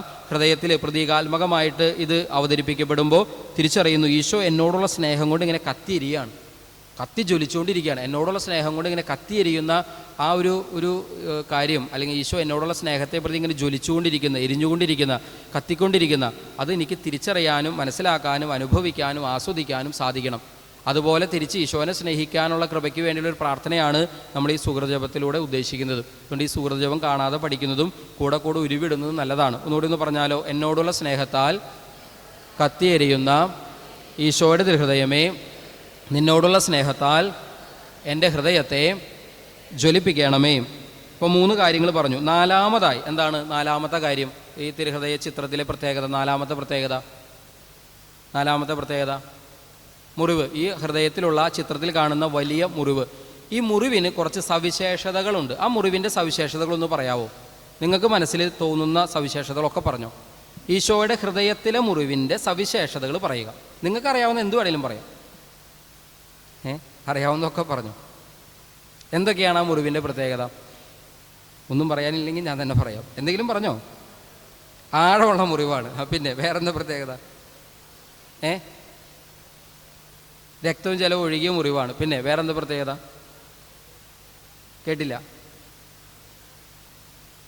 പാപികളെ വിശുദ്ധീകരിക്കുന്ന മുറിവാണ്. ഓക്കെ, ഇതൊക്കെ ഈശോയുടെ എല്ലാ മുറിവുകൾക്കും ബാധകമായ കാര്യമാണല്ലോ. ഞാൻ മറ്റെന്തെങ്കിലും വ്യത്യാസം ഉണ്ടോന്നാ? ഉദാഹരണത്തിന്, ഈശോ മരിക്കുമ്പോൾ എത്ര മുറിവുകൾ, ഈശോ അടക്കുന്ന സമയം വരെ എത്ര മുറിവ് ഈശോയുടെ ശരീരത്തിലുണ്ടായിരുന്നു എന്ന് പറഞ്ഞേ? 5480. നിങ്ങൾക്ക് നല്ല ഓർമ്മശക്തിയാണല്ലോ. സാധാരണ ഞാൻ എവിടെ ധ്യാനിപ്പിച്ചാലും ചോദ്യം ചോദിച്ച ഉത്തരം പറയാറില്ല, പറഞ്ഞാൽ തന്നെ തെറ്റിപ്പോവാണ് പതിവ്. ഇതൊക്കെ നിങ്ങൾ നന്നായി ഓർത്തിരിക്കുന്നുണ്ട്. നല്ല കാര്യം, ദൈവത്തിന് സ്തുതി. അപ്പോൾ തിരുഹൃദയത്തിൽ ഈശോ നന്നായിട്ട് നമുക്ക് വേണ്ടി നമ്മളെ അനുഗ്രഹിക്കുന്നുണ്ട്. നല്ല കാര്യം. അപ്പോൾ 5480 മുറിവ്. ഉയർത്തെഴുന്നേറ്റ സമയത്ത് ഈശോയുടെ ശരീരത്തിൽ എത്ര മുറിവുണ്ടായിരുന്നു? 5 മുറിവ്. ബാക്കിയൊക്കെ എവിടെ പോയി? ബാക്കിയെല്ലാം ഉണങ്ങിപ്പോയി. എന്താ ഇത് 5 ഉണങ്ങാതിരുന്നേ? എന്തായിരിക്കും ഇത് 5 ഉണങ്ങാതിരുന്നേ? ആകെ 2 ദിവസമല്ലേ കിട്ടിയുള്ളൂ, ഉണക്കാനുള്ള സമയം കിട്ടിയില്ല. 5-6 ദിവസം കഴിഞ്ഞ് ഉയർത്ത് വന്നിരുന്നെങ്കിൽ വേണമെങ്കിൽ ഉണക്കാമായിരുന്നു. അങ്ങനെയാണോ? അങ്ങനെയല്ല. മറിച്ച് ഈ 5 മുറിവുകൾ ഈശോ അവശേഷിപ്പിച്ചു. ഈശോയ്ക്ക് വേണമെങ്കിൽ അതും കൂടി ഇല്ലാതാക്കി വരായിരുന്നു. പക്ഷേ ഈശോ ഈ 5 മുറിവുകൾ, 2 കൈകളിലെയും 2 കാലുകളിലെയും ചങ്കിലെയും മുറിവ് ഈശോ അതവിടെ ബാക്കി വെച്ചിട്ടാണ് ഈശോ വരുന്നത്. അപ്പോൾ ഇനി ഇത്രയും പറഞ്ഞതിൻ്റെ വെളിച്ചത്തിൽ നിങ്ങൾക്ക് എന്തെങ്കിലും സവിശേഷതകൾ ആ തിരുമുറിവിന് അഥവാ ഈ ചങ്കിലെ മുറിവിന് എന്തെങ്കിലും പ്രത്യേകതകൾ പറയാൻ പറ്റുമോ? ഒന്നാമത്തെ ഒരു പ്രത്യേകത ഇതാണ്, ഇത് അവസാനത്തെ മുറിവാണ്. അതിനുശേഷം ഒരു മുറിവ് പിന്നെ ഏറ്റിട്ടില്ല. ഈശോയുടെ ശരീരത്തിൽ 5480 മുറിവുകളുണ്ടെങ്കിൽ ഇത് 5480ാമത്തെ മുറിവാണ്. അതിനുശേഷം ഒരു മുറിവ് ഏറ്റിട്ടില്ല. കാരണം ഇത് കുരിശിൽ മരിച്ചതിന് ശേഷം മരിച്ചു എന്ന് ഉറപ്പാക്കാൻ വേണ്ടിയുള്ള മുറിവാണ്, കുത്തിയതാണിത്. മരിച്ചു എന്ന് ഉറപ്പാക്കാൻ വേണ്ടി കുത്തിയതാണ്. ചിലരിങ്ങനെ സംശയം ചോദിക്കാറുണ്ട്, ശരിക്കും ഈശോയുടെ നമ്മൾ കുരിശിലൊക്കെ കാണുക ശരീരത്തിൻ്റെ ഏത് ഭാഗത്തായിട്ടാണ് മുറിവ് കാണുക? ഇടതുവശത്താണോ വലതുവശത്താണോ? മുറിവ് എവിടെ കാണുന്നേ? മുറിവ് വലതുവശത്താണ് കാണുന്നത്. ഹൃദയം എവിടെ ഇരിക്കണേ? ഹൃദയം ഇടതുവശത്ത് ഇരിക്കണേ. അതെന്താ എങ്ങനെ ശരിയാവും? ലോജിക്കലി അത് ശരിയാവില്ലല്ലോ. ആഞ്ഞു കുത്തിയതാണ്. ശരി അത് തന്നെയാണ്. അതായത് ഈ വലതുവശത്താണ് കുത്തുന്നത്. ഈ കുത്ത് ഇവിടെ ഈ വാരിയലുകൾക്ക് താഴെ ഒരു കുത്തിയ ഈ കുന്തം കയറി ഇടതുവശത്തുള്ള ഹൃദയം വരെ ആന്തരാവയവങ്ങളൊക്കെ കീറി മുറിച്ച് ചെല്ലും. പിന്നെ ശരിക്ക് പറഞ്ഞാൽ അത് മരിച്ചു എന്ന് ഉറപ്പാക്കാൻ വേണ്ടിയിട്ട്, എന്തെങ്കിലും ജീവൻ അവസാനം ബാക്കിയുണ്ടെങ്കിൽ അതും കൂടി ഇല്ലാണ്ടാക്കാൻ വേണ്ടിയിട്ടാണ്. അതവിടെ ചെന്ന് കഴിഞ്ഞ് തിരിച്ചിട്ട് ഒരു വലിയ ഇങ്ങോട്ട് വലിക്കുക ചെയ്യുക. അതാണ് അവരുടെ രീതി. മരിച്ചു എന്ന് 100% ഉറപ്പാക്കാൻ വേണ്ടി. കാരണം കുരിശിൽ നിന്ന് മരിച്ചു എന്ന് കുരിശിൽ വെച്ച് തന്നെ മരിക്കണം. അത് കഴിഞ്ഞ് താഴെ ആ വ്യക്തിയെ താഴെ ഇറക്കുന്നതിന് മുമ്പ് മരിച്ചിട്ടുണ്ടാവണം. മരിച്ചില്ലെങ്കിൽ ഈ വിധി നടപ്പാക്കിയ വ്യക്തികൾക്ക്, ഈ എക്സിക്യൂട്ട് ചെയ്ത വ്യക്തികൾക്ക് പണിഷ്മെൻറ്റ് കിട്ടും. അപ്പോൾ അതുകൊണ്ട് ഇത് ഉറപ്പാക്കാന്നുള്ളതാണ്. അപ്പോൾ അതുകൊണ്ടാണ് ഇവിടെ നിന്നൊരു കുത്തിയ ആ ചങ്ക് വരെ കയറി ചെല്ലും. ആന്തരാവയവങ്ങളെല്ലാം കീറി മുറിച്ച് ആ ചങ്ക് വരെ, ഈ ഹൃദയം വരെ ചെല്ലും. പിന്നെ അവിടെ നിന്ന് തിരിച്ചിട്ടാണ് ഇത് വലിക്കുക. അതാണ് ഇവിടെ മുറിവ് കാണുന്നത്. എന്നാൽ കർത്താവിൻ്റെ ഹൃദയം ഇരിക്കുന്നത് എവിടെയാണ്? ഇടത് ഭാഗത്താണ്. മനസ്സിലായി എന്ന് വിചാരിക്കുന്നു. അപ്പോൾ ഈ മുറിവിൻ്റെ ചില സവിശേഷത, ഒന്നാമത്തെ സവിശേഷത അവസാനത്തെ മുറിവാണ്. അവസാനത്തെ മുറിവാണ്, ലാസ്റ്റ് വൂണ്ടാണ്, അവസാനത്തെ മുറിവാണ്. രണ്ടാമത്തെ പ്രത്യേകത ഉത്ഥാനശേഷം അവശേഷിച്ച മുറിവാണ്.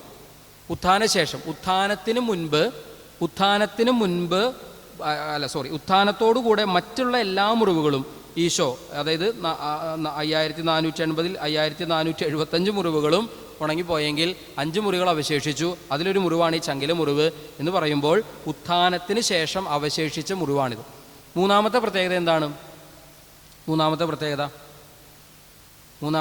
എന്താണ്? ഈ മുറിവിലേക്ക് കർത്താവ് ഒരാളെ ക്ഷണിക്കുന്നുണ്ട്. അതാരെയാ? തോമാസ്ലിഹായ. അപ്പോൾ തോമാസ്ലിഹായുടെ വിശ്വാസം ഏറ്റുപറയാൻ ക്ഷണം ലഭിച്ച മുറിവായിട്ട് നമുക്കിതിനെ മനസ്സിലാക്കാനായിട്ട് സാധിക്കും. വേറൊരു പ്രത്യേകത കൂടി ഉണ്ടായിരുന്നു, അത് നേരത്തെ പറയേണ്ടതായിരുന്നു. അതായത് ബാക്കിയുള്ള എല്ലാ മുറിവും മരിക്കുന്നതിന് മുമ്പുള്ള മുറിവാണ്. ഈ മുറിവ് മാത്രം മരിച്ചതിന് ശേഷമുള്ള മുറിവാണ്. അപ്പോൾ 4 പ്രത്യേകതകൾ ഒന്ന് പറഞ്ഞു നോക്കിയേ. ഒന്നാമത്തെ പ്രത്യേകത എന്താണ്? ഇത് ലാസ്റ്റത്തെ മുറിവാണ്, അവസാനത്തെ മുറിവാണ്. രണ്ടാമത്തെ പ്രത്യേകത മരിച്ചതിന് ശേഷമുള്ള മുറിവാണ്. മൂന്നാമത്തെ പ്രത്യേകത ഉത്ഥാനശേഷം അവശേഷിച്ച മുറിവാണ്. നാലാമത്തെ പ്രത്യേകത തോമാസ്ലിഹായ്ക്ക് ക്ഷണം ലഭിച്ച മുറിവായി നമുക്ക് ഇതിനെ മനസ്സിലാക്കാനായിട്ട് സാധിക്കും. അപ്പോൾ ഇങ്ങനെ 4 സവിശേഷതകൾ ഈ തിരുമുറിവിനുണ്ട്. ഈ ചങ്കിലെ മുറിവിന്, നമ്മൾ തിരുഹൃദയത്തിൽ കാണുന്ന ഈ മുറിവിന് 4 സവിശേഷതകളുണ്ട്. ഇനി നമ്മൾ അപ്പോൾ 4 കാര്യങ്ങൾ ധ്യാനിച്ചു. ഇനി അഞ്ചാമതായിട്ട് തിരുമുറിവിനെ കുറിച്ച് വേറൊരു കാര്യം കൂടി ഒന്ന് ചിന്തിക്കാൻ ശ്രമിക്കാം. അതായത് ഞാൻ നേരത്തെ നിങ്ങളോട് ചോദിച്ച ചോദ്യം ഒന്നും കൂടെ ചോദിക്കുകയാണ്. എന്തുകൊണ്ട് കർത്താവ് മറ്റുള്ള എല്ലാ മുറിവുകളും ഉണക്കിയെങ്കിലും ഈ 5 മുറിവുകൾ അവശേഷിപ്പിച്ചു? ഉത്ഥാനശേഷവും ഈ 5 മുറിവുകൾ അവശേഷിപ്പിച്ചു. എന്തായിരിക്കും അതിന് കാരണം? നിങ്ങൾക്ക് എന്തെങ്കിലും ഉത്തരങ്ങൾ അറിയാമെങ്കിൽ പറയാം. എന്ത് വേണമെങ്കിലും പറയാം, തെറ്റിയാലും കുഴപ്പമില്ല. എന്തിനാണ് ഈശോ അവസാനത്തെ ഈ 5 മുറിവുകൾ ഉത്ഥാനശേഷം അവശേഷിപ്പിച്ചത്? ഒത്തിരി കാരണങ്ങൾ നമുക്കതിൽ കണ്ടെത്താൻ പല വ്യാഖ്യാനങ്ങളുണ്ട്. അതിൽ ഒരു വ്യാഖ്യാനം ഇതാണ്, നമ്മളോടുള്ള ഈശോയുടെ സ്നേഹം നമുക്ക് മനസ്സിലാകാൻ ഇത് ആവശ്യമായിരുന്നു. നമ്മളോടുള്ള ഈശോയുടെ സ്നേഹം നമുക്ക് മനസ്സിലാകാൻ ഈ മുറിവുകൾ ശേഷിപ്പിക്കേണ്ടത് ആവശ്യമായിരുന്നു. ഈ മുറിവുകൾ മാത്രമല്ല, ഈശോ ഉത്ഥാനം ചെയ്തു എന്നതിൻ്റെ തെളിവാണ് ഈ മുറിവ്. അഥവാ ഉത്ഥാനം ചെയ്തത് ഈശോയാണ് എന്നതിൻ്റെ തെളിവ്. ഉത്ഥാനം ചെയ്ത ആളത് ഈശോ തന്നെയാണ് എന്നതിൻ്റെ തെളിവാണ് ഈ മുറിവ്. എന്ന് വെച്ച് കഴിഞ്ഞാൽ ഈ ശിഷ്യന്മാർ യേശുവിനെ കണ്ട് ഭയന്ന് ഭൂതമാണെന്ന് കരുതിയോ? ബൈബിളിൽ അങ്ങനെ വല്ലതും കൊടുത്തിട്ടുണ്ടോ? ശിഷ്യന്മാർ ഈശോയെ കണ്ടു, ഉത്ഥാനം ചെയ്ത് ഈശോയെ കണ്ടപ്പോൾ അവരെന്ത് വിചാരിച്ചു? ആ ഭൂതമാണെന്ന് കരുതി. അപ്പോൾ ഈശോ എന്താ പറഞ്ഞത്? നിങ്ങൾ വാ, എൻ്റെ കൈയും കാലൊക്കെ ഒന്ന് നോക്ക്. എനിക്കുള്ളതുപോലെ ഭൂതത്തിന് എന്തില്ല? ആ കൈയും കാലും ഒന്നും ഇല്ലല്ലോ. തോമാസ്ലിഹായോട് ഈശോ പറഞ്ഞ എന്താണ്? നിൻ്റെ വിരൽ ഇവിടെ കൊണ്ടുവരിക, എൻ്റെ പാർശ്വത്തിൽ വെക്കുക, അവിശ്വാസിയാകാതെ വിശ്വാസിയാവുക. അപ്പോൾ ഈ മുറിവുകൾ ഇവരുടെ മുൻപിൽ പ്രത്യക്ഷപ്പെട്ട് നിൽക്കുന്ന ഈ വ്യക്തി യഥാർത്ഥത്തിൽ 3 ദിവസം മുമ്പ് അല്ലെങ്കിൽ ദുഃഖവെള്ളിയിൽ മരിച്ച, അടക്കം ചെയ്യപ്പെട്ട അതേ വ്യക്തി തന്നെയാണെന്ന് ശിഷ്യരുടെ മുൻപിൽ ഒരു ബോധ്യമാകാൻ, വിശ്വാസമാകാൻ ഈശോ അവശേഷിപ്പിച്ചതാണ് ഈ 5 മുറിവുകൾ. ഉറക്കെ പറഞ്ഞേ ഹല്ലേലൂയാ, ഹല്ലേലൂയാ. സ്വരമുയർത്തി പറയുക ഹല്ലേലൂയാ. ഇനി മനസ്സിലാക്കേണ്ട ഒരു കാര്യം, ബിഷപ്പ് ഫുൾടൈം ജേഷി, അങ്ങനെ ഒരു പേര് കേട്ടിട്ടുണ്ടോ? കേട്ടിട്ടുണ്ട്. അദ്ദേഹം പറയുന്ന വളരെ പ്രസിദ്ധമായൊരു വാക്യമുണ്ട്. അത് പ്രകാരമാണ്: യഥാർത്ഥ ക്രിസ്തു മുറിവേറ്റ ക്രിസ്തുവാണ്. യഥാർത്ഥ സഭ മുറിവേറ്റ സഭയാണ്. യഥാർത്ഥ ക്രിസ്ത്യാനി മുറിവേറ്റ ക്രിസ്ത്യാനിയാണ്. The real Christ is the wounded Christ. The real church is the wounded church. The real Christian is wounded Christian. എന്ന് വെച്ചാൽ യഥാർത്ഥ ക്രിസ്തു മുറിവേറ്റ ക്രിസ്തുവാണ്. യഥാർത്ഥ സഭ മുറിവേറ്റ സഭയാണ്. യഥാർത്ഥ ക്രിസ്ത്യാനി മുറിവേറ്റ ക്രിസ്ത്യാനിയാണ്. അപ്പോൾ ഈശോ യഥാർത്ഥത്തിൽ ക്രിസ്തു തന്നെയാണ് എന്ന് നമ്മുടെ മുൻപിൽ തെളിയിക്കപ്പെടുന്ന ഒന്നായി അവശേഷിച്ച ഈ മുറിവുകളെ നമുക്ക് മനസ്സിലാക്കാനായിട്ട് സാധിക്കും. അപ്പം തിരുമുറിവുകളെ ധ്യാനിക്കുമ്പോൾ മനസ്സിലാക്കേണ്ട ചില കാര്യങ്ങളൊന്ന് സൂചിപ്പിച്ചെന്നേ ഉള്ളൂ. ഇനി 5-ാമത്തെ കാര്യം, ആ ചിത്രത്തിൽ നമ്മൾ കാണുന്ന 5-ാമത്തെ കാര്യം ഏതാണ്? ചിത്രത്തിൽ നമ്മൾ കാണുന്ന തിരുഹൃദയ ചിത്രത്തിൽ നമ്മൾ കാണുന്ന 5-ാമത്തെ കാര്യം ഏതാണ്? ആ മുറിവിൽ നിന്നൊഴുകുന്ന അവസാന തുള്ളി രക്തവും ജലവും. അപ്പോൾ ആ തിരുരക്തവും തിരുജലവുമാണ് നമുക്ക് ഇനി അവസാനമായിട്ട് 5-ാമതായിട്ട് ധ്യാനിക്കാനുള്ളത്. ഈ ചങ്കിൽ നിന്ന്, ഈ മുറിവിൽ നിന്ന് ഒഴുകുന്ന ഈ ജലത്തിനും രക്തത്തിനും ഉള്ള പ്രത്യേകത, മുറിവിൻ്റെ ചില പ്രത്യേകതകൾ പറഞ്ഞ പോലെ ഈ തിരുജലത്തിനും തിരുനിണത്തിനും എന്താ പ്രത്യേകത? ചില പ്രത്യേകതകളുണ്ട്. എന്താ പ്രത്യേകത? ഞാൻ ഓൾറെഡി പറഞ്ഞായിരുന്നു. ഞാൻ ഈ തിരുമുറിവിനെ കുറിച്ച് പറഞ്ഞപ്പോൾ, ചങ്കിലെ മുറിവിനെ കുറിച്ച് പറഞ്ഞപ്പോൾ ഒരു കാര്യം പറഞ്ഞായിരുന്നു. ഇത് അവസാനത്തെ മുറിവാണ്. അവസാനത്തെ മുറിവാണ്. അവസാനം യേശുവിൻ്റെ ശരീരത്തിലേറ്റ മുറിവുകളിൽ ലാസ്റ്റത്തെ അവസാനത്തെ വൂണ്ടാണ്, അവസാനത്തെ മുറിവാണ് ചങ്കിലേറ്റ മുറിവ് എന്ന് പറയണ പോലെ ഈ സ്വാഭാവികമായ അതുകൊണ്ട് തന്നെ ഈ തിരുനിണവും തിരുജലവും എന്തായിരിക്കും? അവസാനത്തെയാണ്. അവസാന തുള്ളി രക്തം, അവസാന തുള്ളി ജലം. അവസാന തുള്ളി രക്തം, അവസാന തുള്ളി ജലം. ഇത് നമ്മളിരുന്ന് ധ്യാനിച്ചാൽ ദിവസങ്ങളോളം, ആഴ്ചകളോളം, മാസങ്ങളോളം, വർഷങ്ങളോളം ധ്യാനിക്കാൻ മാത്രം ഒരുപാട് കാര്യങ്ങൾ അതിനകത്തുണ്ട്. ഒരുപാട് കാര്യങ്ങൾ അതിനകത്തുണ്ട്. ഞാനത് അങ്ങനെ ഒരു ചിന്ത, ഒരു ധ്യാനചിന്തയിലേക്ക് വന്നതിൻ്റെ സാഹചര്യം ആദ്യം പറയാം. ഞാൻ CMI സന്യാസ സഭയിലെ അച്ഛനാണ്. CMI സന്യാസ സഭ നമ്മുടെ വിശുദ്ധ ചാവറ പിതാവ് സ്ഥാപിച്ച സന്യാസഭയാണ്. ആ സഭയിലെ അച്ഛനാണ് ഞാൻ. അപ്പോൾ ഞങ്ങളുടെ മേജർ സെമിനാരി അത് ബാംഗ്ലൂരിലാണ്. ബാംഗ്ലൂരിൽ ധർമാരം എന്നാണത് അറിയപ്പെടുക. ധർമാരം സെമിനാരി, ധർമാരം കോളേജ് എന്നാണത് അറിയപ്പെടുക. ധർമാരം എന്ന വാക്കിൻ്റെ അർത്ഥം അറിയാവും? ധർമാരാം, ധർമ്മങ്ങളുടെ ആരാമം എന്നാണ്. ധർമ്മങ്ങളുടെ ആരാമം. ആരാമം എന്ന് പറഞ്ഞാൽ എന്താ? പൂന്തോട്ടം, ഗാർഡൻ. ധർമ്മം എന്ന് പറഞ്ഞാലോ? ധർമ്മം, പുണ്യങ്ങൾ. പുണ്യങ്ങൾ എന്നാണ്. പുണ്യങ്ങളുടെ പൂന്തോട്ടം. എല്ലാ പുണ്യങ്ങളും, എല്ലാ സുഹൃതങ്ങളും, എല്ലാ നന്മകളും നിറഞ്ഞു നിൽക്കുന്ന പൂന്തോട്ടം, നിറഞ്ഞു നിൽക്കുന്ന ഗാർഡൻ ഓഫ് വിർച്യു. യഥാർത്ഥത്തിൽ എന്താണ്? യഥാർത്ഥത്തിൽ അത്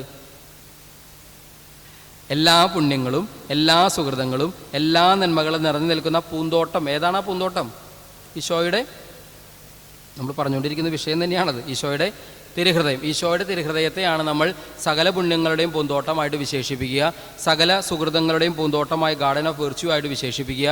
അപ്പോൾ ധർമാര എന്ന വാക്കുകൊണ്ട് ഉദ്ദേശിക്കുന്നത് തിരുഹൃദയം എന്നാണ്. തിരുഹൃദയം, ധർമാരം എന്ന വാക്കിന് കൊണ്ട് ഉദ്ദേശിക്കുന്നത്, അതൊരു സാൻസ്ക്രിറ്റ് വേർഡാണ്, പക്ഷെ അതുകൊണ്ട് ഉദ്ദേശിക്കുന്ന അർത്ഥം ഇതാണ്, തിരുഹൃദയം. അതുകൊണ്ട് സെമിനാരിയിലെ, ധർമാര സെമിനാരിയിലെ ഏറ്റവും വലിയ തിരുനാൾ, അവിടെ ഏറ്റവും കൂടുതൽ കാര്യമായിട്ട് ആഘോഷിക്കുന്ന തിരുനാൾ ഈ തിരുഹൃദയ തിരുനാളാണ്. അപ്പോൾ തിരുഹൃദയ തിരുനാളിന് ഞങ്ങൾ അവിടെ 6 ബാച്ചുകാരുണ്ട്, 6 സെക്ഷൻസ് ഉണ്ട്. Philosophy first years, second years, theology first year, second year, third year, പിന്നെ ഡിഗ്രി സെക്ഷൻ, അങ്ങനെ മൊത്തം 6 സെക്ഷൻ ഉണ്ട്. ഓരോ സെക്ഷനും ഓരോ ഡ്യൂട്ടി കിട്ടും. അത് റെഗുലറായിട്ട് ഓരോ വർഷം അങ്ങനെ മാറി മാറി കിട്ടുന്ന ഡ്യൂട്ടിയാണ്. അപ്പം ഞങ്ങളവിടെ ഫസ്റ്റ് ഇയർ ഫിലോസഫി പഠിക്കുന്ന സമയത്ത് ഞങ്ങളുടെ സീനിയേഴ്സ്, ചേട്ടന്മാർ ചെയ്ത അന്നത്തെ പള്ളി ഡെക്കറേഷൻ അവരുടെ ആയിരുന്നു അതിൻ്റെ ചാർജ്. മനോഹരമായിട്ടൊരു പള്ളി ഡെക്കറേറ്റ് ചെയ്തു. അന്ന് അവർ ചെയ്തൊരു കാര്യം, അത് ഇന്നും ഞാൻ ഓർത്തിരിക്കുന്നത്, അതിൻ്റെ വലിയൊരു ധ്യാനത്തിൻ്റെയും പ്രാർത്ഥനയുടെയും വിഷയമായിരുന്നു. അവരന്ന് അൾത്താരയിൽ വലിയ ഈശോയുടെ വലിയൊരു ഹാർട്ട്, വലിയൊരു ഹൃദയം, തിരുഹൃദയം തെർമോക്കോൾ കൊണ്ട് മനോഹരമായിട്ടൊരു, കണ്ടാൽ ജീവനുണ്ടെന്ന് തോന്നിക്കും പോലത്തെ തുടിക്കുന്ന ഒരു ഹൃദയം മനോഹരമായിട്ട് പെയിൻ്റൊക്കെ ചെയ്ത് തെർമോക്കോൾ കൊണ്ടൊരു ഹൃദയം ഉണ്ടാക്കി. അതിൽ മുറിവും, അതിലെ മുറിവിൽ നിന്നൊഴുകുന്ന രക്തവും ജലവും, പ്രത്യേകിച്ച് ആ ഹൃദയത്തിലേക്ക് നോക്കുമ്പോൾ ആദ്യം കണ്ണിൽപ്പെടുക, ആദ്യം ശ്രദ്ധയിൽ വരിക ആ മുറിവും, മുറിവിൽ നിന്ന് ഒഴുകുന്ന രക്തവും ജലവുമാണ്. അത് ആ ചിത്രം കണ്ടാൽ തന്നെ പെട്ടെന്ന് നമ്മുടെ അട്രാക്ഷൻ മുഴുവൻ അതിലേക്ക് പോവുക.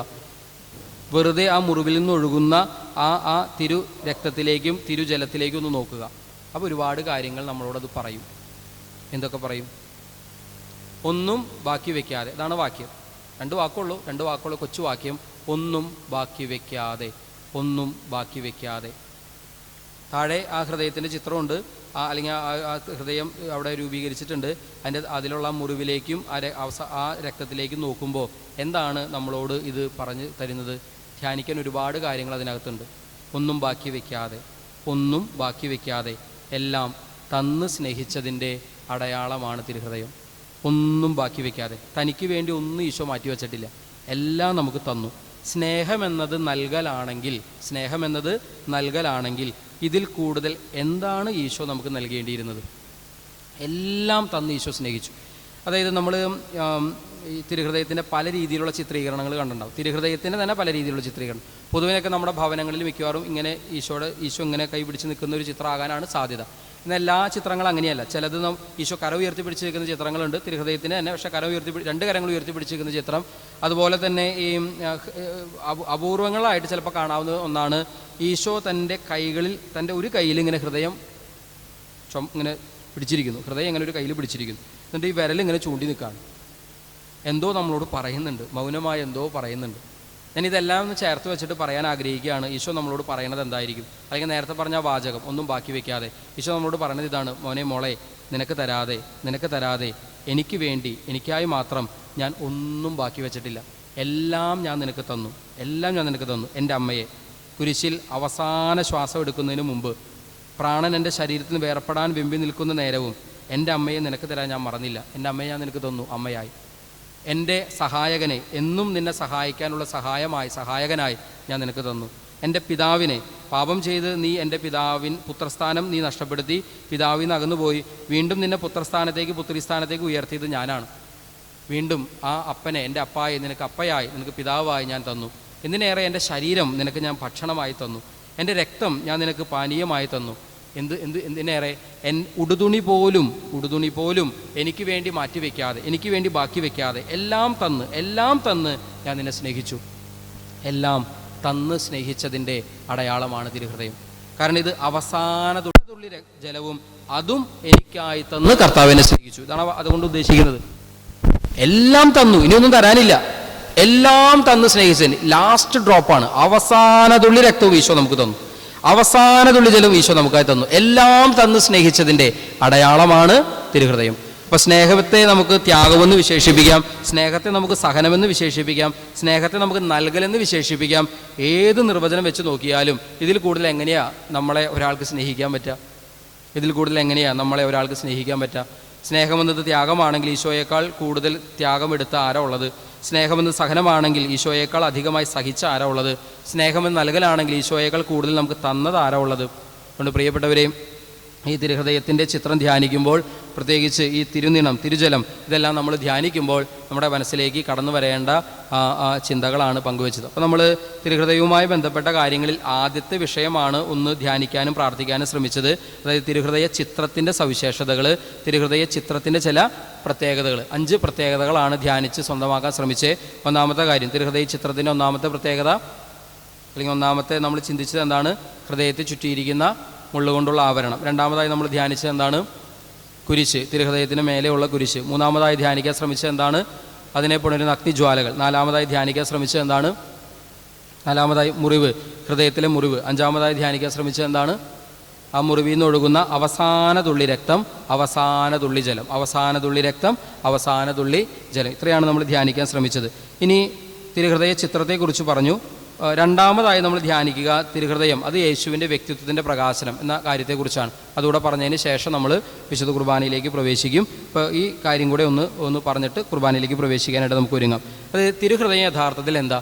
അത് യേശു ആരാണ്, യേശുവിൻ്റെ വ്യക്തിത്വം എന്താണ്, ഈശോ എന്താണ്, ആരാണ് എന്ന് നമ്മുടെ മുൻപിൽ വെളിവാക്കപ്പെടാണ് തിരുഹൃദയം എന്നൊറ്റ പ്രതീകത്തിലൂടെ. തിരുഹൃദയം ഒരു പ്രതീകമായി, ഒരു സിംബോളിക്കായിട്ടുള്ള അവതരണമാണ്. ആ സിംബോളിക്കായിട്ടുള്ള അവതരണത്തിൽ നമ്മുടെ മുൻപിൽ വ്യക്തമാവാണ് ആരാണ് ദൈവം, ആരാ ദൈവം, അതവിടെ വെളിവാക്കപ്പെടാണ്. യേശുവിൻ്റെ വ്യക്തിത്വമാണ് അവിടെ പ്രകാശിതമാകുന്നത്. യേശുവിൻ്റെ വ്യക്തിത്വം, ഈശോ ആരാണ്, ദൈവം ആരാണ് എന്ന കർത്താവിൻ്റെ വ്യക്തിത്വം തന്നെ അവിടെ വെളിപ്പെടുത്തപ്പെടുകയാണ്, വെളിവാക്കപ്പെടുകയാണ്. യേശുവിൻ്റെ വ്യക്തിത്വത്തിൻ്റെ സവിശേഷത എന്താ? യേശുവിൻ്റെ സ്നേഹം, അത് ഹൃദയം നമ്മൾ പറഞ്ഞു സ്നേഹത്തിൻ്റെ പ്രതീകമാണ്, കരുണയുടെ പ്രതീകമാണ്, അലിവ്, അനുകമ്പ, ആർദ്രത, ഇതിൻ്റെയൊക്കെ പ്രതീകമായിട്ട് ഹൃദയം നിലകൊള്ളാണ്. അങ്ങനെയാണെങ്കിൽ യേശുവിൻ്റെ വ്യക്തിത്വം ഇതിലൂടെ പ്രകാശിതമാകാം. യേശുവിൻ്റെ ഈ കരുണയും അലിവും അനുകമ്പയും സ്നേഹമൊക്കെ ഏറ്റവും കൂടുതൽ അനുഭവിച്ചത് ആരാ? ഒന്നാമത് പാപികളാണ്. ഏറ്റവും കൂടുതൽ അനുഭവിച്ചത് പാപികളാണ്. ഏറ്റവും കൂടുതലായിട്ട് അത് അനുഭവിച്ചത് പാപികളാണ്. നമ്മൾ ബൈബിളിലേക്ക് നോക്കുമ്പോൾ ഈശോ പറഞ്ഞ ഉപമകളൊന്നും എടുക്കാം. ഇതൊരു സാർവത്രിക സത്യമായിട്ട് ഈശോ അവതരിപ്പിക്കുകയാണ്. പാപം ചെയ്ത് തമ്പുരാനിൽ നിന്ന് അകന്നു പോകുന്നവരെ എന്നേക്കുമായി ഉപേക്ഷിക്കുന്ന നിത്യനരകാഗ്നിയുടെ കുഴിയിലേക്ക് വലിച്ചെറിയുന്ന ഒരു വിധിയാളനായ ദൈവമല്ല നിങ്ങളുടെ പിതാവ്, മറിച്ച് തേടി വരുന്ന പിതാവാണ്. തേടി വരുന്ന പിതാവ്. ധൂർത്തപുത്രൻ്റെ ഉപമ പറഞ്ഞപ്പോഴും, നഷ്ടപ്പെട്ട പോയ നാണയത്തിന് ഉപമ പറഞ്ഞപ്പോഴും, കാണാതെ പോയ ആടിന് ഉപമ പറഞ്ഞപ്പോഴും ഈശോ വ്യക്തമാക്കാൻ ശ്രമിച്ചത് പിതാവിൻ്റെ ഈ തീവ്രമായ സ്നേഹമാണ്. പിന്നാലെ പിന്തുടരുന്ന സ്നേഹം, അനുഗമിച്ച് നമ്മളെ സ്വന്തമാക്കാൻ ശ്രമിക്കുന്ന സ്നേഹം, എന്നേക്കുമായി ഉപേക്ഷിച്ച് കളയുന്ന ഒരാളായിട്ടല്ല, മറിച്ച് സ്നേഹമായിട്ട് ഈശോ പിതാവിനെ നമ്മുടെ മുൻപിൽ അപ്പയായിട്ട് അവതരിപ്പിക്കണം. അപ്പയായിട്ടാണ് ഈശോ പിതാവിനെ നമ്മുടെ മുൻപിൽ അവതരിപ്പിക്കുന്നത്. ഒന്നാമത്തെ കാര്യം.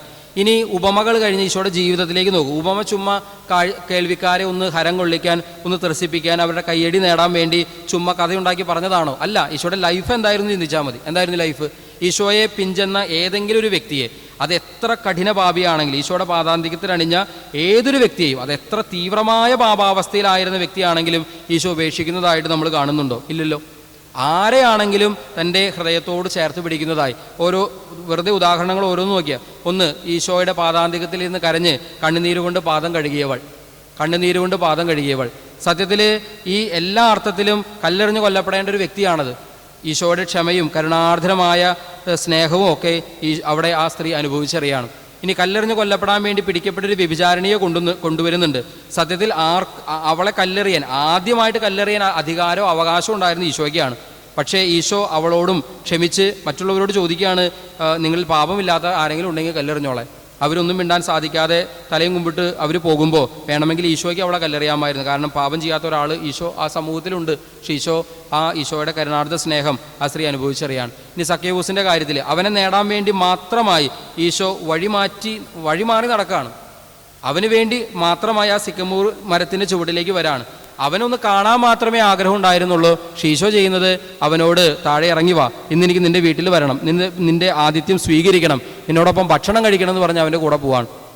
ഇനി കുരിശിലെ നല്ല കള്ളൻ്റെ ജീവിതത്തിലേക്ക് വരുമ്പോഴും ഇതുപോലെ തന്നെ അവസാന നിമിഷം പോലും അത്രയും നാൾ ചെയ്തു കൂട്ടിയ സകല പാപങ്ങൾ ഈശോ മറന്നു കളയാണ്. ആ മനുഷ്യൻ്റെ സകല തിന്മകളും പാപങ്ങളും മറന്ന് ഇന്ന് നീ എന്നോടുകൂടെ പർദീസായിലായിരിക്കുമെന്നാണ് ഈശോ ആ മനുഷ്യനോട്, വലതുവശത്ത് അറയ്ക്കപ്പെട്ട കള്ളനോട് പറയുന്നത്.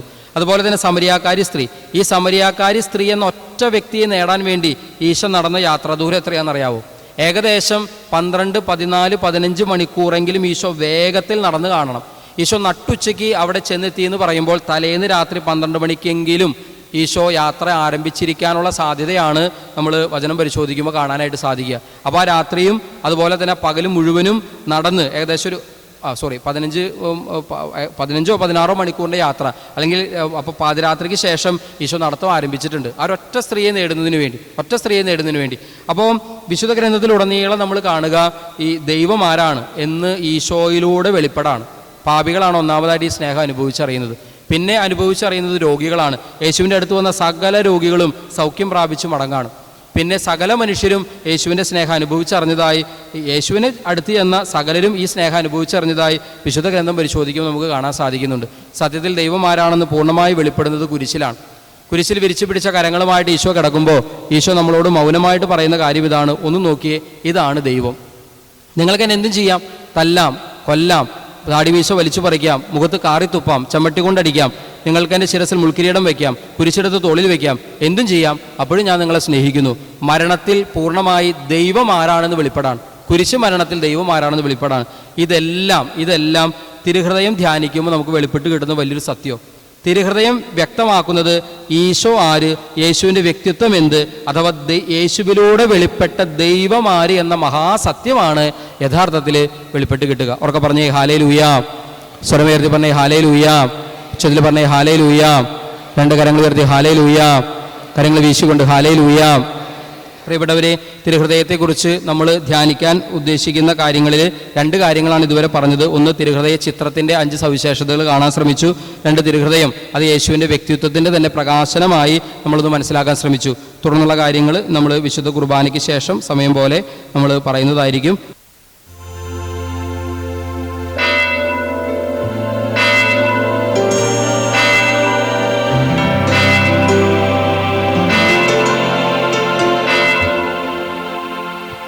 പരിശുദ്ധ പരമ ദിവ്യകാരുണ്യത്തിന് നേരവും ആരാധനയും സ്തുതിയും പുകഴ്ചയും. പരിശുദ്ധ പരമ ദിവ്യകാരുണ്യത്തിന് നേരവും ആരാധനയും സ്തുതിയും പുകഴ്ചയും. പരിശുദ്ധ പരമ ദിവ്യകാരുണ്യത്തിന് നേരവും ആരാധനയും സ്തുതിയും